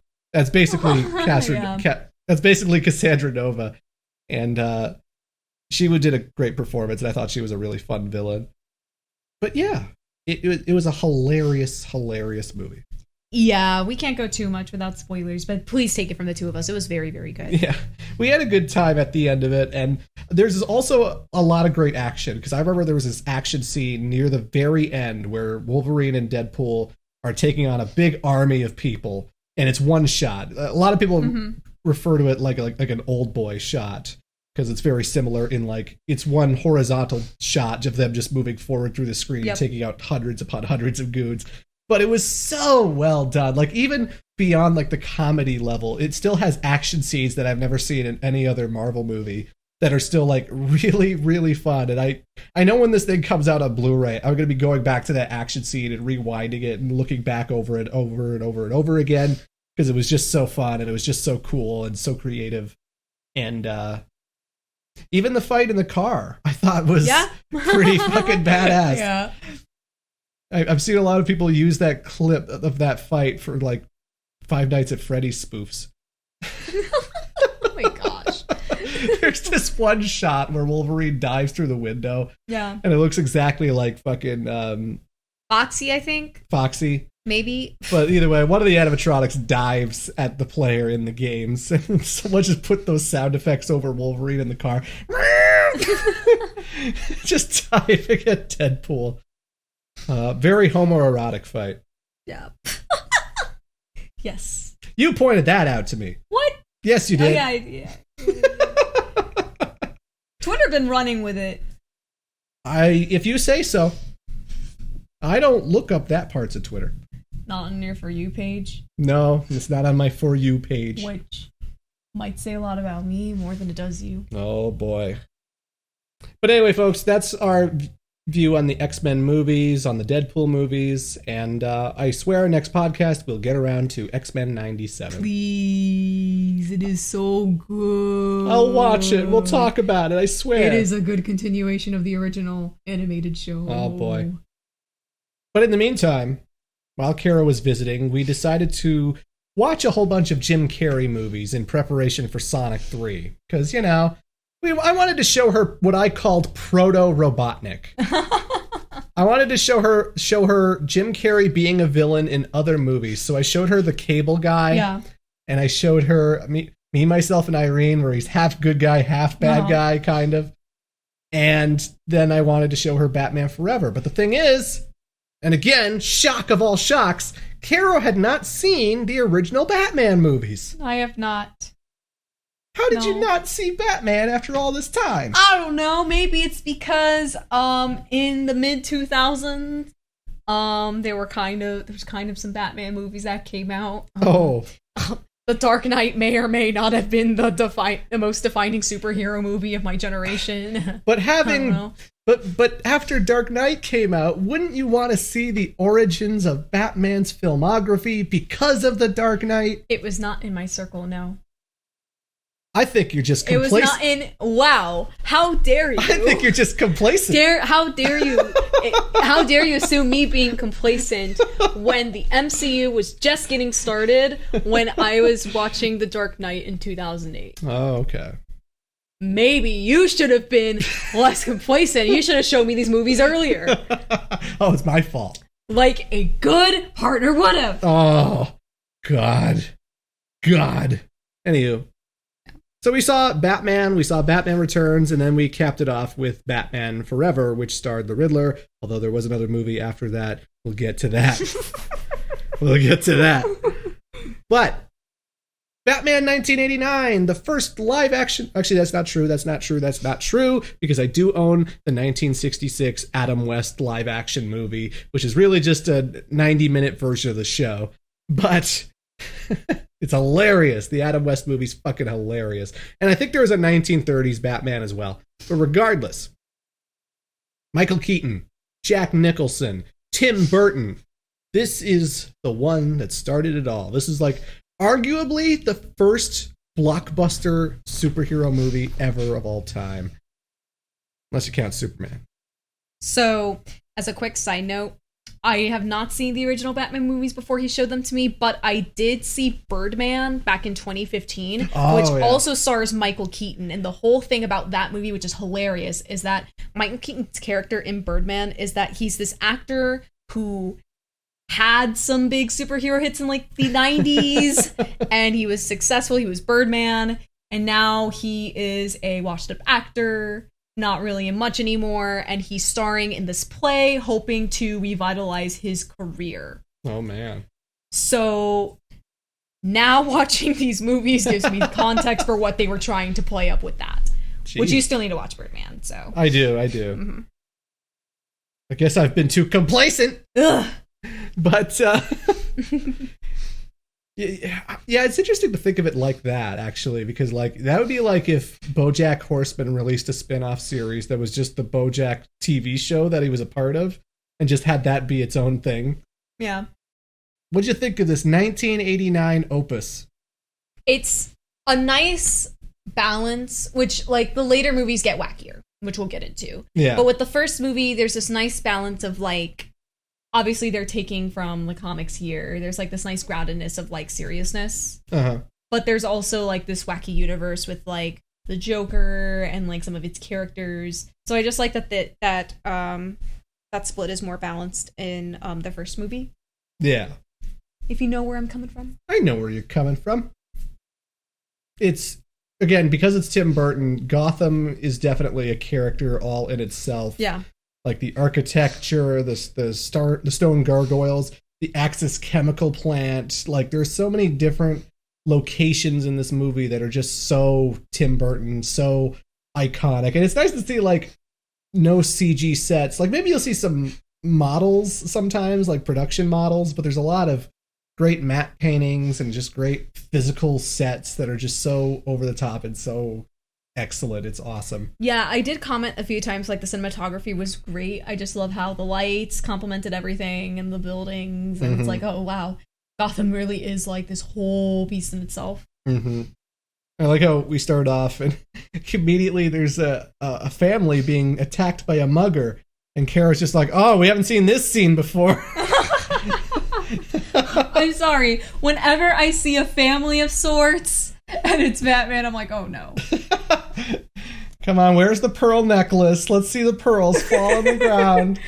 And that does happen later when we get Batman's horrible, horrible origin story where, yes, his family was gunned down by a crazed maniac. That's why I rolled my eyes when Batman vs. Superman started. I'm like, oh no, not this again. No, not Batman's family dying again. Jesus Christ, I've seen it so many times.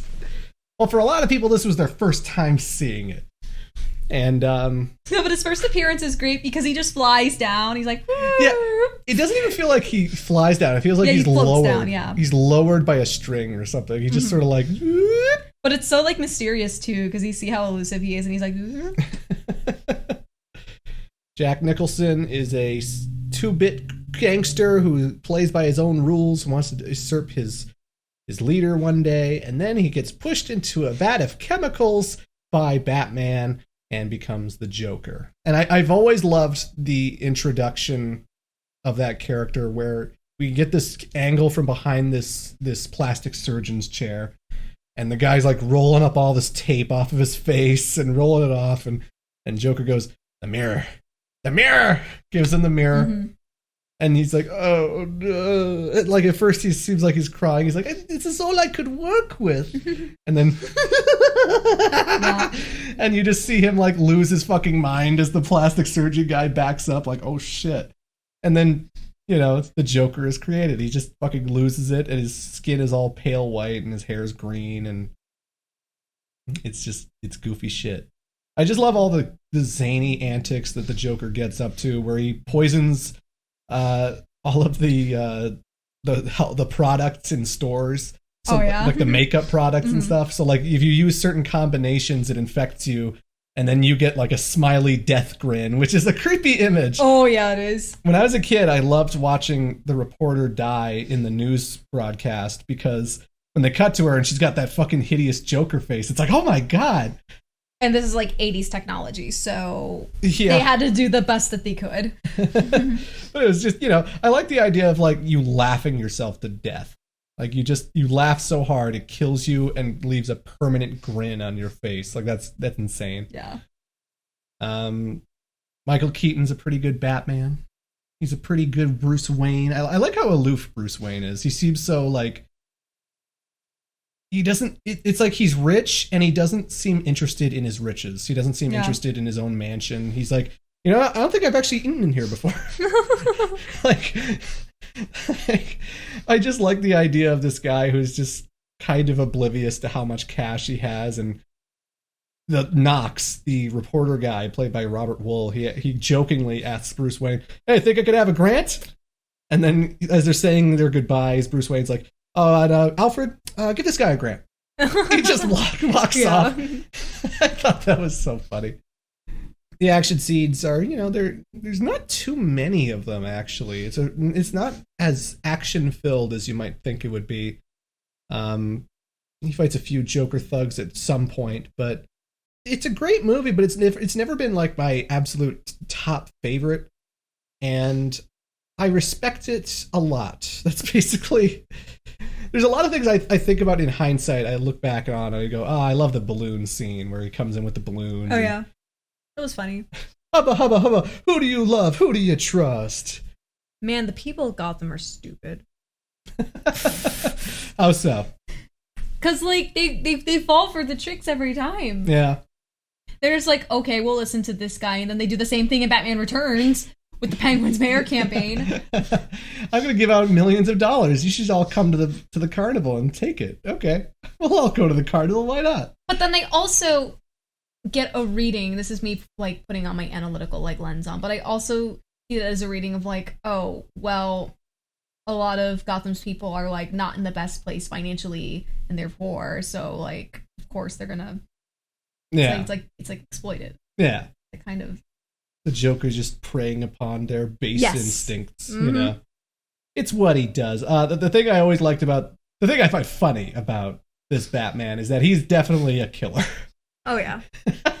There's going to be some comic book purists who hate that aspect of these movies.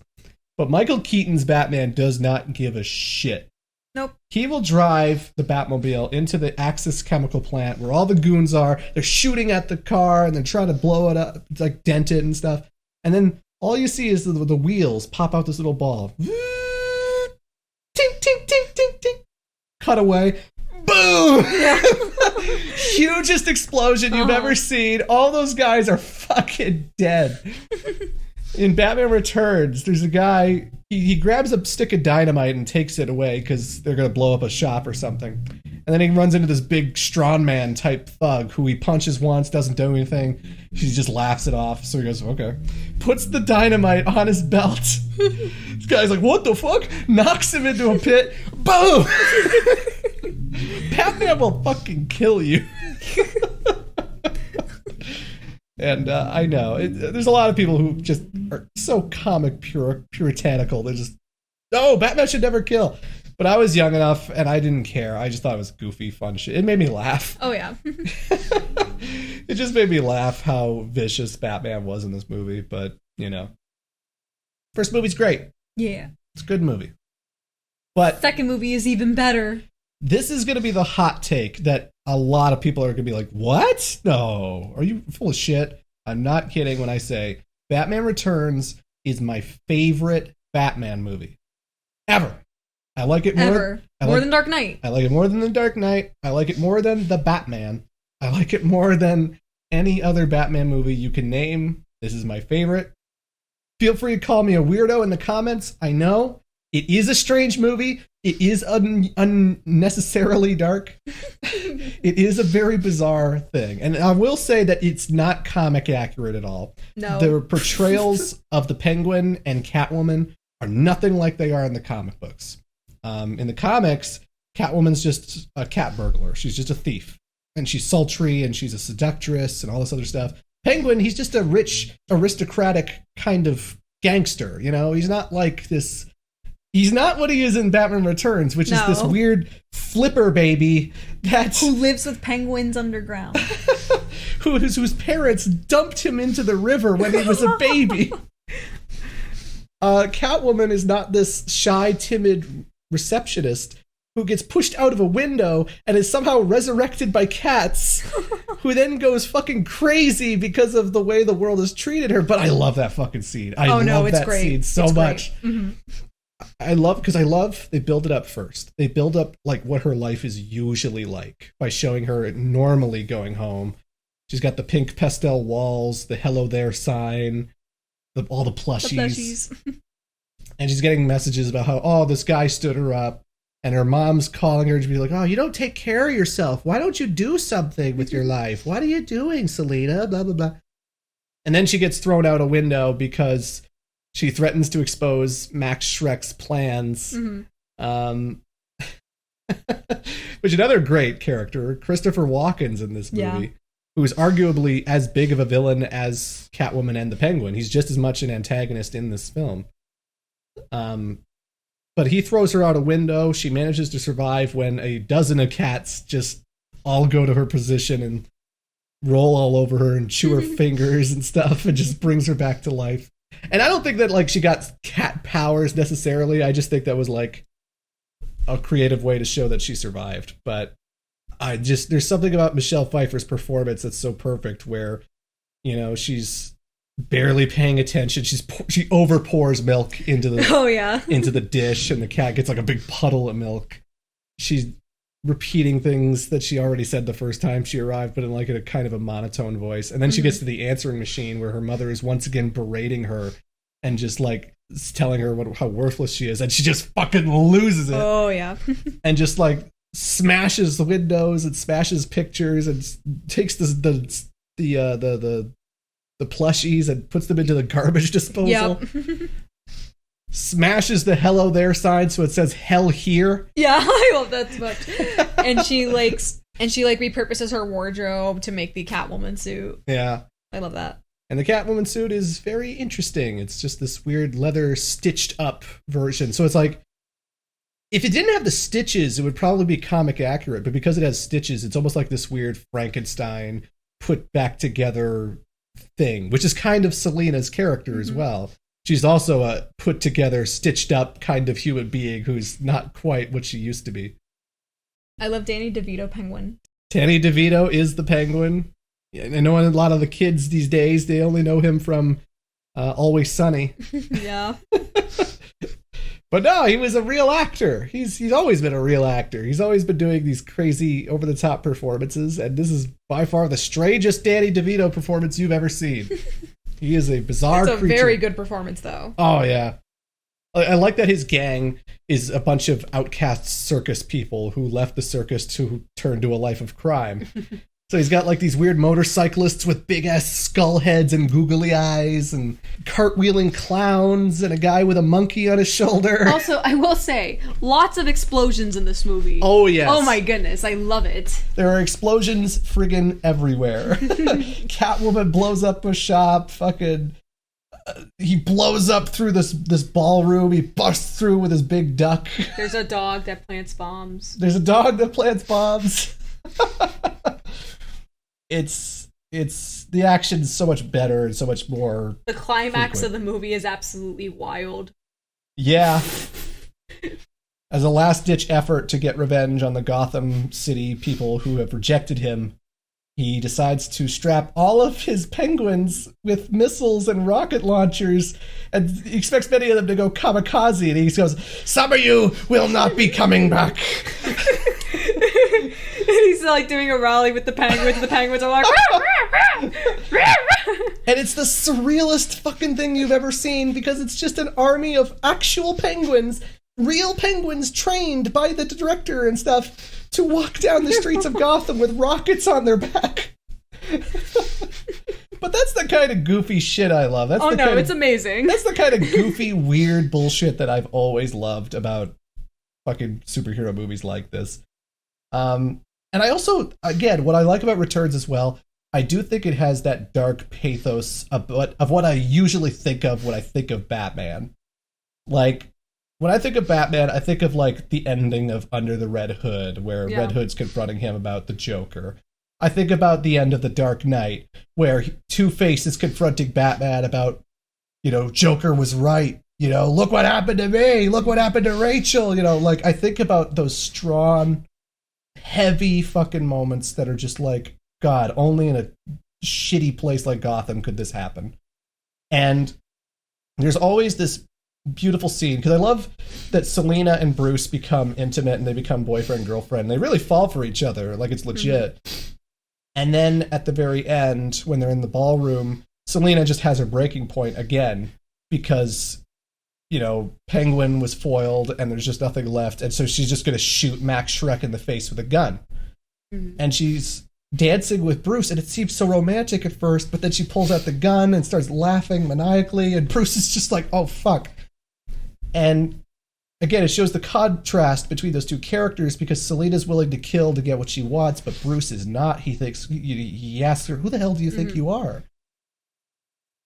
And then there's that moment where they make reference to the mistletoe that's above them, and they say the exact same lines that the other said when they were in front of a mistletoe as Batman and Catwoman. And that's the clue. That's the moment that they realize, oh shit, you're Batman. Oh shit, you're Catwoman. Mm-hmm. And I just love her breaking down. I love the realization that the other two are who they are.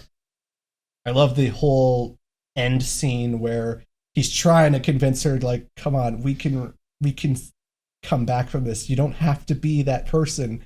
And Selina still slashes him in the face and goes, you can't. Sorry, Bruce, I'm not who you think I am. Just that kind of pathos, and even the death of the Penguin is really fucked up imagery.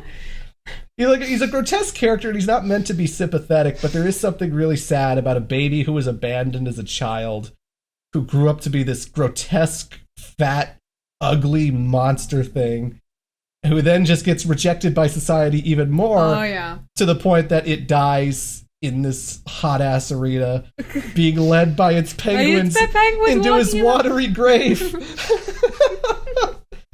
I don't know, I vibe with the fucking weirdness, I vibe with that pathos, I vibe with the awesome Danny Elfman score, the music is incredible, so Sorry, I haven't let you talk much. I'm just... Oh, no. This is my favorite Batman movie. I fucking It's love a really it. great movie.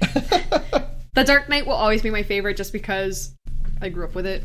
But this movie, honestly, is a second for me. Yeah. It's very wacky. It's like, it matches the kind of wacky I like seeing in media. Mm-hmm. And the thing is, when you see, like, behind-the-scenes videos or, like, old retrospectives about Batman, a lot of people just say Batman Returns was too dark. It was too weird, it was too dark, and it was just a little too strange. And so Batman Forever needed to, like, lighten it up and go back to being a little more jokey and campy again. And yeah, I guess so. But, you know, I feel like that's kind of reflective of what Batman is these days. I feel like Batman is a darker, more somber, more depressing universe than it used to be. And I think Batman Returns was just ahead of the curve. I mean, the Batman opens up with a really slow Nirvana song. Yeah. Yeah. Just to give you an idea of what the tone is. Yeah. But anyway, that takes us to the third movie, Batman Forever. Batman Forever.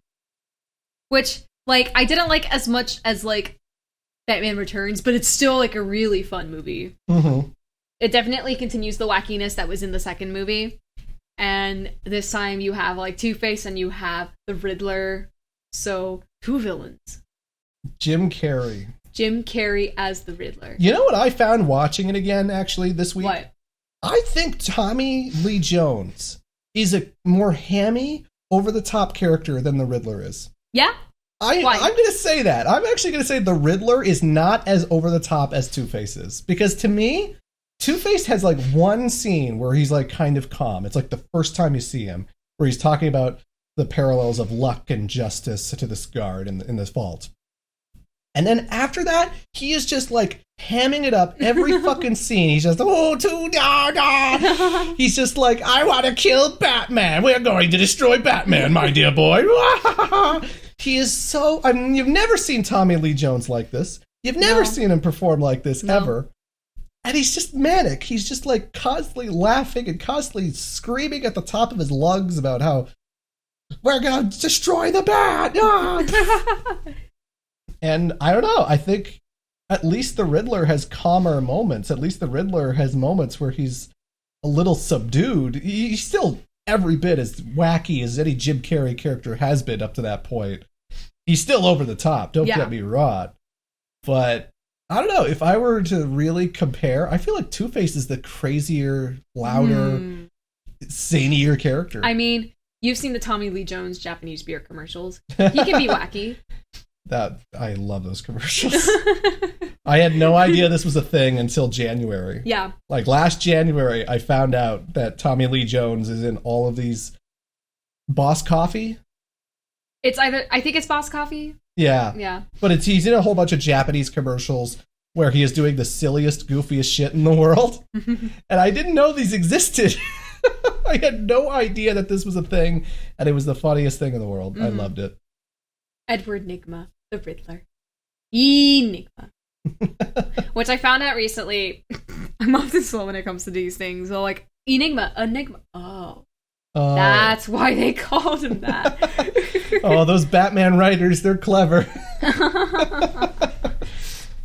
But yeah, what'd you think of Jim Carrey as the Riddler? Very excellent performance. One of my favorite Jim Carrey performances, actually. Really? Yeah. Wow. It was very, very good here. Was it as much of a proto-Robotnik as I said it was? 100%. Because, like, I remember when they announced that Jim Carrey was casted as Robotnik in the Sonic movie, I was like, interesting choice. Mm-hmm. Well, I hadn't seen much Jim Carrey movies. Yeah. But now with this movie, with how he acts in Forever, I'm like, oh, that makes sense now. I see it.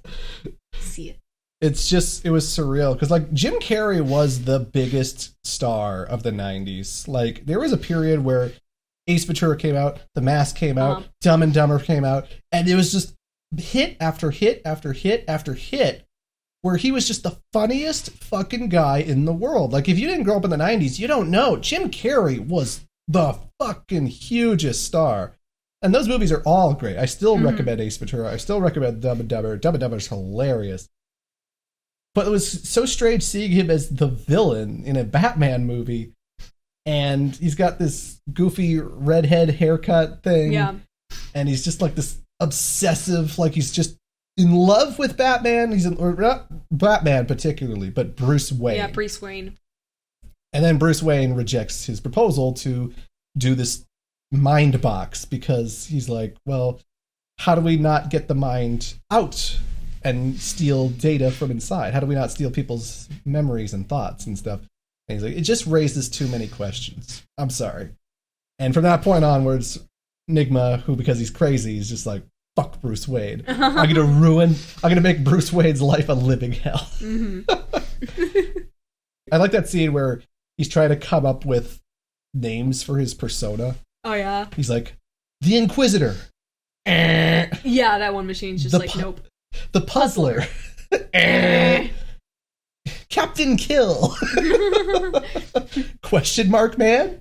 Can you imagine if he was actually in Question Mark Man? Question mark. That might be our Mega Man boss one day. Question Mark Man? Yeah. You go on to take out a Robot Master. Question mark man. But what power would you absorb from Question Mark Man? Random. It would be all the powers in the game, but it's random, so you don't know what you're shooting. Oh, jeez. It would just that'd be something. And it would just waste the same amount of weapon energy, so you could like drain it really quickly or really slowly. Gosh. You don't know. Get on it, modders!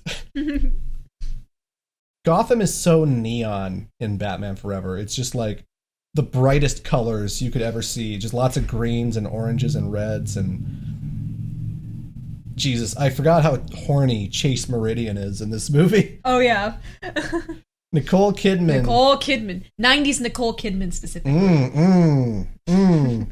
Which I was like, because they have that scene in the beginning where Batman's kind of like, and I'm like, don't you dare fold 90s Nicole Kidman. But it's like, it's so funny how she's the psychiatrist who's like, gets a strong interest in Batman. And so she uses the bat signal. This is like 10 minutes, 15 minutes into the movie. Beginning of the movie, literally. Like, it's not even, we haven't even been watching the movie that long. And she's already like turned the bat signal into a personal beeper so she could call Batman to the roof of the police station. And she's wearing her lingerie. She opens up her robe to be like, oh, what do you want this, Batman? I want to fuck you hard. It's the car, right? Chicks dig the car. I've never seen a female character in a superhero movie like this be so horny for the hero. It's kind of mind-breaking. It's like, you never see it. It breaks all conventions. It's surprising to see someone this horny for the main character. At least not at first. Mm-hmm. It's not so early in the movie. Absolutely. It's a goofy-ass movie, though. Like, it does have its dark moments with Robin's family dying, and like... Oh yeah, that was fucked up. And... Because we were watching that scene, and like, they're getting ready to do their aerial performance, and I'm like, oh look, it's like Robin and his family, and they're wearing like the usual colors. Yeah, it's Robin costume. Wears. And then I'm like, how does he become an orphan? And then that whole entire scene plays out, and I'm like, oh, that's kind of fucked up. Oh, that's how he becomes an orphan. Oh no. Oh no. It's so sad. But and there's obviously the pathos of like Batman kind of forgetting what made him become Batman in the first place, and like reliving his childhood of losing his parents and stuff like that. So there are dark things in the movie for sure, but it is also a comic booky as fuck. Like the movie that begins with Two-Face stealing a vault with a security guard and being trapped in the vault with him, and there's boiling acid. Oh, Batman, my shoes are melting. Hang on. You know what my favorite part was? What's that? When they use that excuse in the beginning of the movie to reference McDonald's fast food. Oh, God, yes. Can I make you a sandwich, sir? I'll get drive-thru. Yeah. I just love the idea of Batman pulling up to a McDonald's. In the Batmobile. And then they made tons of McDonald's tie-in commercials and stuff, so that's perfect. I used to have one of those glass Batman Forever cups that they actually gave you. I had Two-Face and I had the Riddler. So Nice. the Riddler one was good because the handle was like really slick, but the Two-Face one was awkward because the handle was like a whole bunch of coins, so it was very bumpy. Oh, weird. Yeah. But, God, there was merchandise up the wazoo for this movie. Do you think more so than Returns? Yes, definitely. Okay. Definitely. Like, not only was there so many McDonald's toys, but there were video games, and Batman Forever was a very bad video game. Oh, yeah. Very bad video game. But I remember I had, like, the Batwing. I had the airplane from the Batman Forever set. So that was one of my toys growing up. And, you know, it was a merchandise bonanza. It was crazy. You couldn't go, like, down the street without seeing the fucking bat symbol with the question mark. Oh, really? Like Wow. the logo. It was so fucking everywhere. How'd you think of Val Kilmer, by the way? I thought he was fine. Very fine Batman. Yeah. I would have loved him coming back for Batman and Robin. But no, they got George Clooney. George Clooney. Yeah, Batman Forever was great. But have you ever gotten a kiss from a rose? Kiss from a rose on a grave. Ooh, na, na, na, na, na, na, na. I wish I knew the lyrics to this song. Ooh. Yeah, the big music video for Batman Forever was Seal, Kiss for a Rose. But did you know that when it snows, my eyes are on da-da. Oh, no. No, it was crazy. Yeah. And so, yeah, I just wanted to show you that because we were watching Jim Carrey movies, and then you got the bright idea to watch another movie. Meow meow. Because we just saw Michelle Pfeiffer, Uh-huh. and that made you think of a certain catastrophe. Yes. Yes. Why did you do it? Why did I do it? Why? I feel like Catwoman 2004, specifically, should have been something that we should have been watching. Jesus Christ, what's wrong with you? Why are you complacent in your media taste? Gosh. Uh, I'm not. I choose to watch bad media. you know who was complacent? The fucking editor of this movie. Okay, so Catwoman came out in like 2004, 2005, Yeah. starring Halle Berry. As in X-Men Storm Halle Berry. Yeah. This is the first time I've seen it again since like 2009, 2005. And I am just aghast at how bad the editing is in this movie. This is a movie on speed. This is a movie that's on drugs because it can't linger on a shot for more than like 3 seconds. No. It'll be an office scene where Halle Berry's just talking to her best friend and the gay guy, and they're just at the place talking about their job, and it's like cut to this person, cut to this person, cut to this person, and it's like every time they cut to another person, it's like the most weird, out of context, non sequitur kind of emotion that they're giving. Like they're giving like it's almost comical. It's almost like it's trying to be a comedy because everything is just so But that's where the awkwardly humor animated. is. That's where the humor is. Oh my god. I wish Catwoman was funny to me. I wish I could laugh at this movie. There's the basketball scene, okay? Yeah. She's dating Benjamin Bratt's detective character, or at least they're having a meet cute right now, and he's supposed to be looking after some kids at a school, so she meets him there. And then they're in the playground during recess, and so she's like, "Want to take me on in a game?" And this is after she's gotten her cat powers. Yeah. Just again with the numerous cuts that this movie goes through, like the cut every 3 seconds, but also she's like passing the ball between herself back and forth, back and forth, back and forth, back and forth, dribbling it a certain way, and it's just like it is so fucking bizarre. I think someone did the calculation. There's like over 100 cuts or something like that. Jesus. Something. I don't know. Jeez, in that one scene? Something insane like that. Oh my 50 god. to 100. It's insane. It's like the 2000s energy, but on crack. Nothing about this movie feels real. Everything feels like a fucking fever dream. You can't believe you're watching it when you're watching it. And I promise you, seeing it on a TV screen through like the Max streaming service or whatever, that's one thing. But when you saw it in a movie theater, I thought I was having a fucking panic attack. I thought I was having a panic attack. I thought my heart was going to explode. I thought something was wrong with me that I couldn't watch this movie correctly. Everything felt wrong. It felt wrong.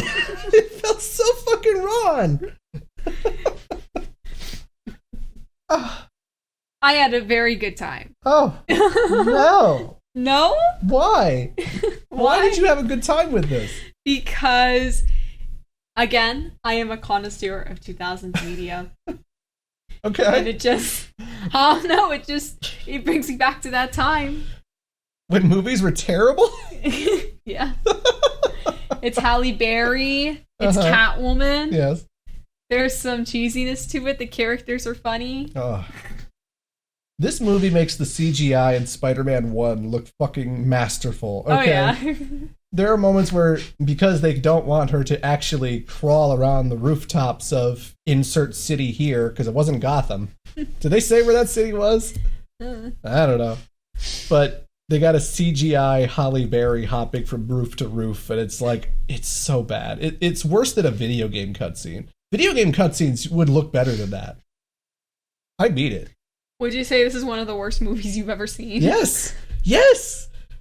Editing is so fucking important, and the fact that it cuts like every 3 seconds to a different shot is the most distracting, nauseating, miserable thing I've ever experienced in a movie theater. Top 10 or top 5? Might be top 5. Wow. Honestly. I'm so disheartened. It's terrible. I need to show you the Emoji Movie, and then you'll say nice things about Catwoman. I've seen the Emoji Movie. Okay. It's better than Catwoman. No, fuck you. It's better than Catwoman. No, it's not. It is. No! I can't laugh at the Emoji Movie. I can laugh at Catwoman. I didn't laugh at Catwoman. Stop being complacent with your medium taste. I didn't laugh at Catwoman. I didn't laugh at Emoji Movie either. But at least Emoji Movie isn't cutting every 3 seconds. No, No, you know what? Actually, there was one funny thing about the Emoji Movie. What? The girl with the blue hair made me think of Chloe Price from Life is Strange. And there's a joke in Life is Strange where she gets mad at Max for using emojis. Yeah. And she goes, no emoji. And I just think there's a deep, funny irony that the Emoji Movie had a character that looked like Chloe Price when she was so anti-emoji in Life is Strange. No, yeah, I'd rather watch Catwoman over the Emoji Movie. Oh. That's crazy. She's crazy. She's insane. This is the muttering, this is the rambling of a crazy woman. Nah. I think I have good taste in media. Oh, God. I do. I have good taste in movies and TV shows and games. I just want one guilty pleasure pick. Oh, boy. Either way, I don't have a lot of great things to say about Catwoman. I know that Halle Berry won the worst actress Razzie, and, which is rare for the Razzies. She actually showed up to the event and accepted her award. I have to show you that on YouTube later. It's just bizarre. Even the villain is just so comically evil. Like, you have the guy who played the Merovingian in the Matrix movies, and he's playing the evil business type who does not care about anyone, and everyone disgusts him, and everything is awful. This snotty asshole who's got hired goons.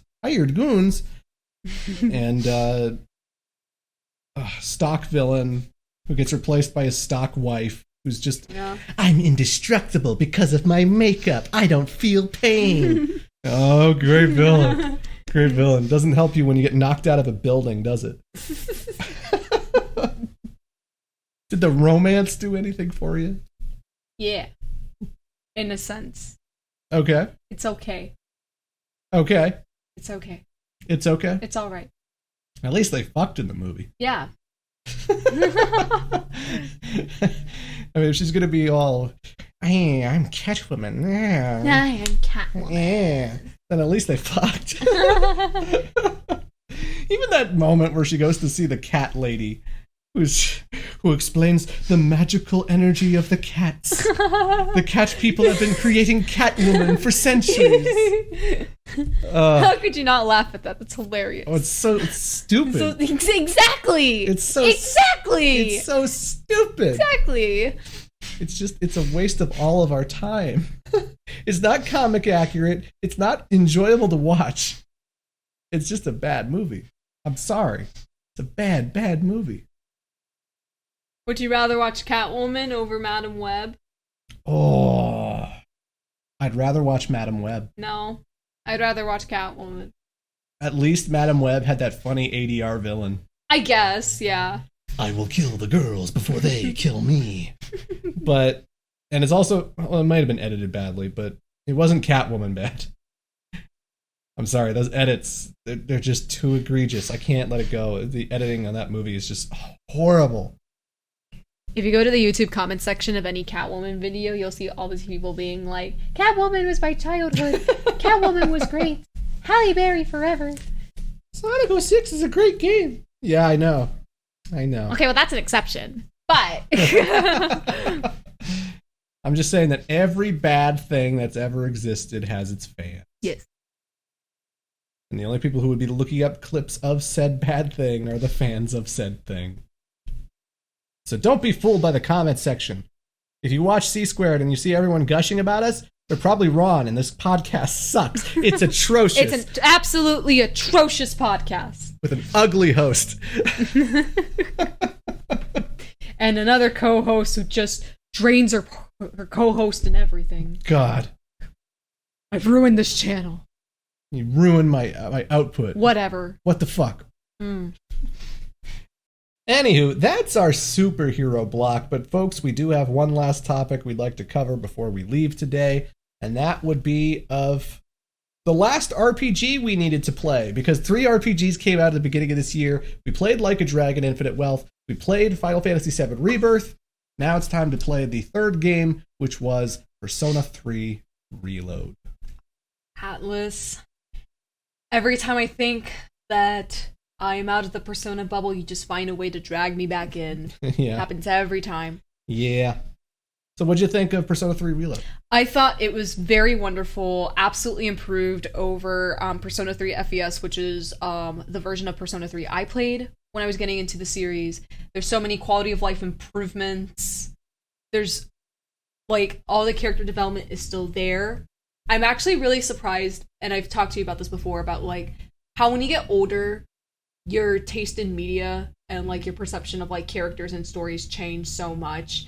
And I found myself vibing a lot with the themes of Persona 3 about life and mortality a lot more than I did when I was younger playing it, especially with empathizing with Yukari, especially like very early on, like maybe like one of my first appearances on Clement's channel, I mentioned that I wasn't particularly a fan of Yukari. Yeah. But I don't know, like I don't know if it's me going through my 20s and just kind of just going through a lot of different life changes. I've moved between different cities over the last few years. I've been experiencing a lot, especially this year with my personal life. Like, I vibed a lot more with Yukari and the themes of Persona 3 playing through this. Yeah. And it was, I don't know, it was kind of emotional. So I think all my tangenting is to say is that, like, sometimes a lot of your perspectives change with time. For sure. Yeah. I will say that Persona 3, I've always felt, has definitely the darkest storyline of all the games, and I'm including 1 and 2 in that list. Because, 4 is about murder, but it's sort of treated like a Scooby-Doo mystery, you know? Like, there are character inner turmoils, and all of those individual character arcs are interesting. And Persona 5 is like rebelling against authority, trying to break free from the chains of fate that bind you and stuff like that. But 3 is absolutely about mortality. It's absolutely about death, because so many of the side quests revolve around him. Like when you talk to the old couple, their son died. When you talk to the guy in the park, who's writing the children's story, who doesn't have much time left to live, like his story is about him winding down and how he's going to be ending his life a lot sooner than most people, and more he's going to die before his own parents and stuff. Even a party member dies in the game. We're not going to spoil who, but a party member does die in the middle of the game, and it's just such an omnipresent element of the story that everyone's always commenting on death and always commenting on what they want their life to be and how they want to shape the world before they go and stuff like that. And it does make you think about, you know, your own mortality. And it does make me wonder, is there anything after we die? Do we come back reincarnated? Do we go to heaven? I don't know. It's scary. It is fucking terrifying. Yeah. And it's just an interesting, more cerebral, more even the fact that like how they summon personas. The fact is, like in Persona 3 and only Persona 3, they have these special devices called evokers, which look like a gun. And how do you use them? You aim the gun at your head, you pull the trigger. And I remember when the original game came out in like 2006, that was a big point of contention for reviews. Because every review site was commenting on the fact that like, oh, this is the game where kids shoot themselves in the head to get powers. And maybe it's normal and natural for a Persona fan who's seen it for more than 15 plus years to be like, oh yeah, evokers, whatever. But that's still like interesting imagery that you don't see in most games. Like kids are constantly shooting themselves in the head in this game. And it just goes places. I think what's interesting about Reload is that now, again, there are lots of quality of life changes, but there's also lots of updated things that didn't happen in the original, which is full voice acting for the social links. That did not happen in the original. No. You got voice acting for the main story, you got voice acting for all the important bits, but when it came to just like optional, I'm going to hang out with this guy over here, I'm going to hang out with these people over there, that now has voice acting. And I do think that adds a lot of weight to a lot of those side stories when you can actually hear them saying their struggles, hear them talking about like, I can't compete on the track team anymore, like I'm too injured, I can't do it anymore. Like hearing it versus reading it is definitely a lot more impactful than it was in the original, where again, you just had to infer how their emotions were being projected through the story. Mm-hmm. And full voice acting is now there, so you can hear every single social link, and this wasn't the case even in Persona 5. No. Like, this is a new update. This is a new thing that's never happened in a Persona game before. It makes you think that they might do that for Persona 6. Yeah.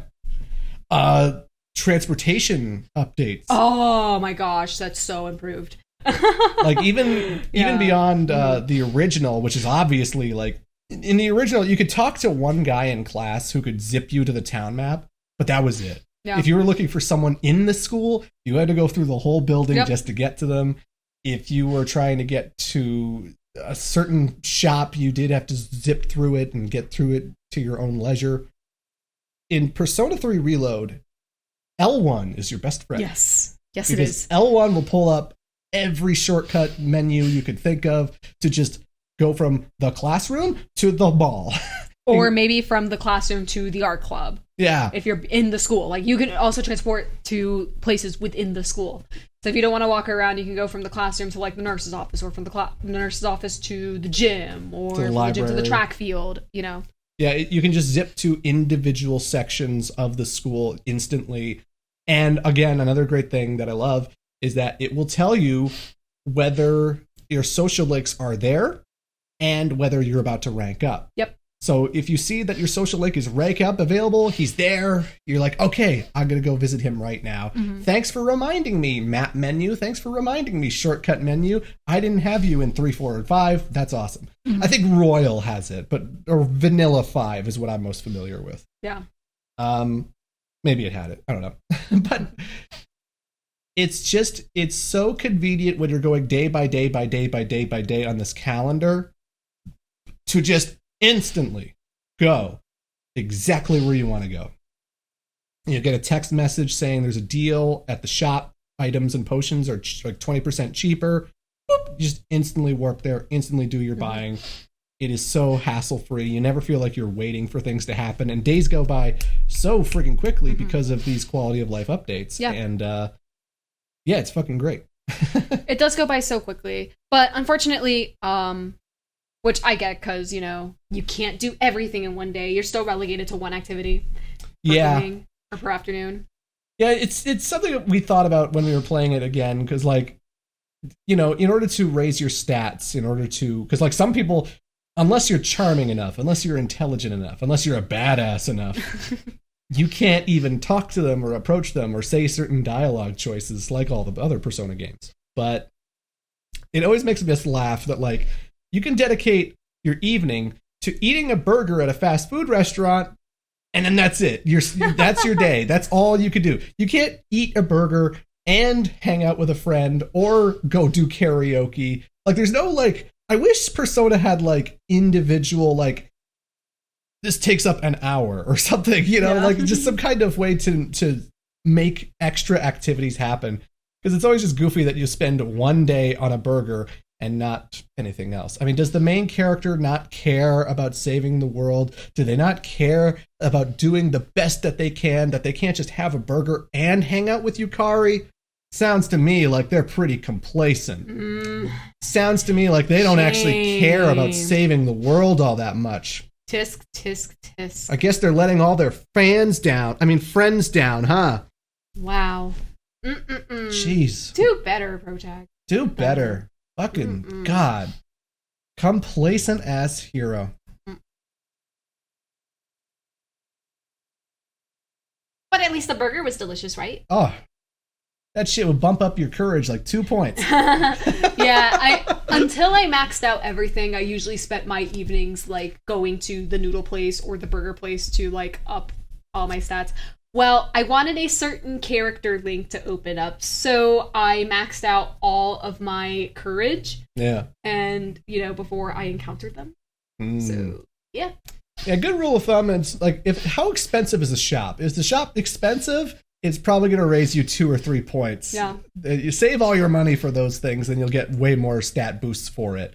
But they also added a whole bunch of new stuff for Reload, where like you could buy books and bring them to the dorm, and like, or not books. What was it? CD-ROMs? Yeah, you can buy the different CDs from the shop, right? And then you can go to the PC in the dorm, and then you can like either get more knowledge or increase a social link stat. Yeah, that wasn't in the original. No. You got like way more opportunities for certain stat boosts for certain attacks and stuff. Like they have these new theurgy abilities. You have so many tools at your disposal. You still have the baton pass from Persona 5, only I forget what they called it this time. But that just means that like if you do a special attack that is effective on an enemy, you can then tag to whatever party member you want who can use their special abilities on whatever they are weak to. So sometimes you would just go through a match and just like instantly get an all-out attack because of this baton pass mechanic, and I just kind of blew through. Because I remember in Persona 5, you had to raise their social link a certain level before you could do a baton pass. Am I wrong? I feel like that's what it was. Yeah, you have to do it to a certain level. Yeah. I felt like you had to get their status up to a certain point, but in Persona 3, it's just, you just have it. Yeah. Like you could just baton pass from the minute that mechanic gets introduced. So, yeah, it helped a lot. It helped a lot. There's not a lot of major changes to this game, though. Like, if you're familiar with the story, it's the same story. Yeah. Don't go in expecting a Final Fantasy VII remake drastic change where, like, oh, Don Corneo's got an arena now, and now Aerith and Cloud are spending time in the arena. No, nothing like that. No. The most you get is, like, new cooking and vegetable kind of systems, and again the CDs and the theurgies and they get new outfits like a third of the way through. Yeah. They get like new outfits, so they got a different look to them, but nothing really changes about the story. No, not much. No. I put my character in a suit. Pretty good. Yeah. It's pretty good. You get to change costumes and leave it like that. It's not tied to the particular equipment. Nope. I liked it in Persona 3 Fests where they had like these weird skin-tight bunny costumes because Japan is horny. Yeah. And now you can leave stuff like that on if you so desire. Yes. But it's weird. I felt another thing about Persona 3 was like, this is the one I played last of the big 3 RPGs because it is a remake. And I guess you could say the same about FF7. Well, it's like, well, 7's a remake too. Well, yeah. But the graphics are drastically different. The combat is drastically different. Like, everything about Final Fantasy VII Rebirth is a completely new game, even to some of the story elements, because they changed things up. Persona 3, though, it's still using the all-out attack weakness system that they've always had since Persona 3, and it's the same story, it's the same beats. Nothing really changed in that department. And so I admit I did take a little long to get through this game because there were points where I did get kind of bored of it and tired of it. I don't know if that's just me. It is possible to get like RPG fatigue. Yeah. You know? I didn't find that with me, but I don't know. I don't know if I'm waiting for Persona 6 to shake it up with a new battle system or something. I just feel like I've played so much Persona, both 3, 4, 5, Golden. I played Portable, Persona. You played 3. Strikers. Yeah, but Strikers at least feels different, is what I'm saying. Mm-hmm. Like, Strikers is at least is an action RPG, and that has a completely different feel. But when it comes to, like, the turn-based battles, I feel like now that Persona 3 feels so much like Persona 5, it just feels identical to Persona 5 in terms of battles that I've played this game before. You know what I mean? Like, I feel like even Final Fantasy VII to Final Fantasy VIII, they both use active turn battles, but they are doing very different things in regards to how you grow your character. Like, 8 infamously has the draw system, which depending on who you talk to, they may like it or not. Is either awesome and amazing, and that's what makes 8 awesome, or fuck, I hate this thing, it makes 8 so slow. Blah. Yeah. But, you know, this is before we had speed up features. I'm just talking about the original release. But, yeah, so I don't know. I hope Persona 6 changes it up a little. I hope that the battle system gets a little more different, because I feel like we've just been doing this over and over again since 2006, and it's not bad. I still think it's a fun game, and if you've never played a Persona game before, there's no complaints to be had. You're not going to have a problem. You're playing the most definitive version of this game that possibly exists. Yeah. And it's very good. Mm-hmm. But, you know, it's just, I do have a little bit of Persona fatigue in terms of, like, okay, I know this battle system. I know what to do here. All out attack. Yay, I did it again. Well, I kind of mixed it up here because, like, I decided to go for an all social link run. Okay.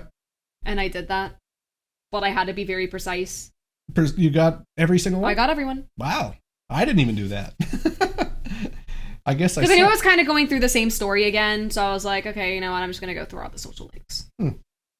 But that takes a lot of planning and a lot of meticulous calculations, because you have to figure out where everyone is, you have to figure out who you want to romance so that you romance them in time for, you know, the Christmas date. And oh, that's another thing. Yeah. No forced harem in Persona 3 Reload. You're not dating all of the girls this time around. Now you actually get an objective. Do you want to be the girlfriend? Do you want to be her boyfriend? Do you not want to be her boyfriend kind of choice? Which made the original Persona 3 kind of icky. Because the thing about Persona 3 original as well was, like, other social links could get jealous. They could get jealous that you're spending time with other characters, and then they would, like, freeze the social link for a bit, and you're like, oh shit, I made them jealous. Oh god. Not so much in Reload. Also, there is no tiredness feature. Yeah, fatigue's gone. Yeah, fatigue's gone, which is great. Yeah. The only thing that changes really is that, like, now when you leave a dungeon, the next day you can visit the doctor to get a courage boost. So it doesn't happen all the time. It only happens after you've been in Tartarus for a bit. Yeah. So free courage. I like that. As it was in the original. It was always free courage. I remember I played the game on Twitter and people were like, how do you have that much courage by that point in the game? I'm like, I just kept going to the doctor. I was always tired. The doctor will hook you up. Go to the school office. And you could still do that in Reload. Like, you could still go to the doctor and get that courage boost. Yeah. Pro tip for anyone listening to this podcast. Also, courage is the easiest stat to level up. Yeah. In fact, if you're leveling up stats, I would go courage first, then charm, then academics. Mm-hmm. Yeah, it seems to be the always work on academics too, because that's the longest stat it takes to level up. Yeah, I agree wholeheartedly. I guess, did you feel any frustration about the fact that this is a game that is remaking Persona 3? There have been many versions of Persona 3, and this did not include the female protagonist. No, because honestly, I don't have any attachment to the female protagonist because I never played that version. Okay. But if you're a female, you could romance Shinjiro. I know. And Akihiko. I know. And Ken. You want to romance Ken, don't you? No, thank you. Yeah, that was a nicky part about Portable. But That's gross. And, they did change some things in terms of their grossness. I remember the beach scene was definitely a little more tastefully done this time around. Thank goodness. Compared to the original. Because times have changed, and that just doesn't fly anymore. But nothing drastically. Like, I didn't notice any crazy censorship of like, oh my god, I can't believe they changed Persona 3 is woke. Woke! Woke! It's woke. It's woke! They ruined it. They made your woke. No, I didn't notice anything crazy different other than the beach scene. Episode Igus, which is the original answer. Yeah. That's going to be epilogue. released soon as DLC. And from the get-go, they've already revealed that it has all the same difficulties, so you could play it on safety or easy. And I'm like, oh, thank God. Thank goodness. That instantly makes it a far better version of that fucking DLC. Because for some reason, when the answer came out, they were just like, no, let's make it the equivalent of the game's hard mode. Why? What if I didn't play the game in hard mode? I don't want hard mode. I'm not a Shin Megami Tensei mega expert. I can't do it. Yeah. I mean, I did eventually do it, but, I just watched the cutscenes on YouTube, so I'm glad I can actually play it. Yeah. But it's a good game. Do you like the voice acting? I love it. All the new voice actors? They're all doing a good job for you? They're all doing a good job. Yeah. I liked Junpei's performance a lot in this new one. Yeah. Which is good, because he's replacing a shitty actor from the original. Oh, yeah, 100%. Fuck that actor. I wasn't really used to Akihiko. I think I preferred the original Akihiko. But otherwise, down the board, I thought it was a pretty good voice cast. Yep. I liked it. I love it. It's a great game. If you never played the original, this is definitely the best version. And, at the same time, if you want the original acting and if you want something a little closer to what the original was, you can still play Persona 3 Portable on the Switch, on PS5, on all of the newer platforms. So you do have that version, even though it is a little downgrade to the FES version just because it's on the PSP and all the backgrounds are just still images this time. So, like, you go to school areas through a map. You don't actually walk around in the school, but, it is what it is. Unless you still have your PlayStation 3, like I do, you can download Persona 3 FES on that. Persona 3 is still a downloadable game on that, but it is what it is. This version will be replacing Persona 3 going forward. Cool. They don't have the code for those original games. They can't just port that. So it is what it is. Yep. And where's Persona 1 and 2, damn it? I'd like to play Persona 1 and 2 at some I know. At the very least, I want people to hear the PSP soundtrack of Persona 1, because that shit was hype as hell. Yeah. Crazy good battle theme, crazy good stuff. I want it. I want it all. I'm looking forward to Metaphor. Yeah, I really want to pick that up.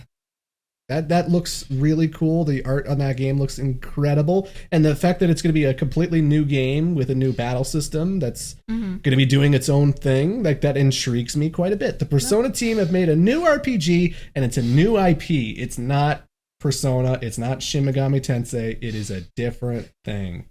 I'm looking forward to that. Yes.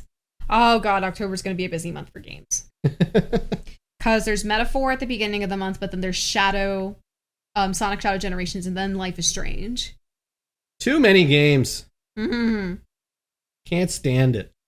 I just need to, organize my life better so, I can play all of these video games so I won't feel as complacent. We can be petty bitches sometimes. Yeah, we can.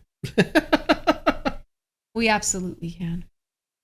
But anywho, folks, that's it for C Squared. This thing went over 2.5 hours, and I will bring back questions the next episode. Sorry, I've been a little preoccupied right now doing stuff with Caro and getting Mortal Kombat ready and working on my next video. And I'm going to give the next the next episode, I'm gonna let every single one of my patrons ask 2 questions. We're gonna make it a big. Okay. We're gonna make it a big All question right. section. You know, we're gonna make it a big thing because I feel bad for ignoring them for so long. Don't donate to the Patreon unless my schedule goes back to normal. Don't waste money. I'm gonna get better. I promise. But anywho, folks, that's it for C Squared. Woohoo! We did it. Yay! We're awesome. Woohoo! We're the best. We're amazing. Thank you for listening to over 2.5 hours of our atrocious podcast. Our very atrocious podcast. So bad. Such a terrible. Horrible. Awful. 0 out of 10. But yeah, I'll be getting to work on the next video, and we'll definitely talk about X-Men 97 in the next episode. Yes. It'll be And great. among other things. Yes. Respect your content creators. They really do so much to get the videos and entertainment out that you watch every day. That's all I'm going to say. But yeah, I'm the Great Clement. And I'm Caro. Thanks for watching. Till Drink next your time. water. Stay safe out there. Till next time. Bye-bye. Bye.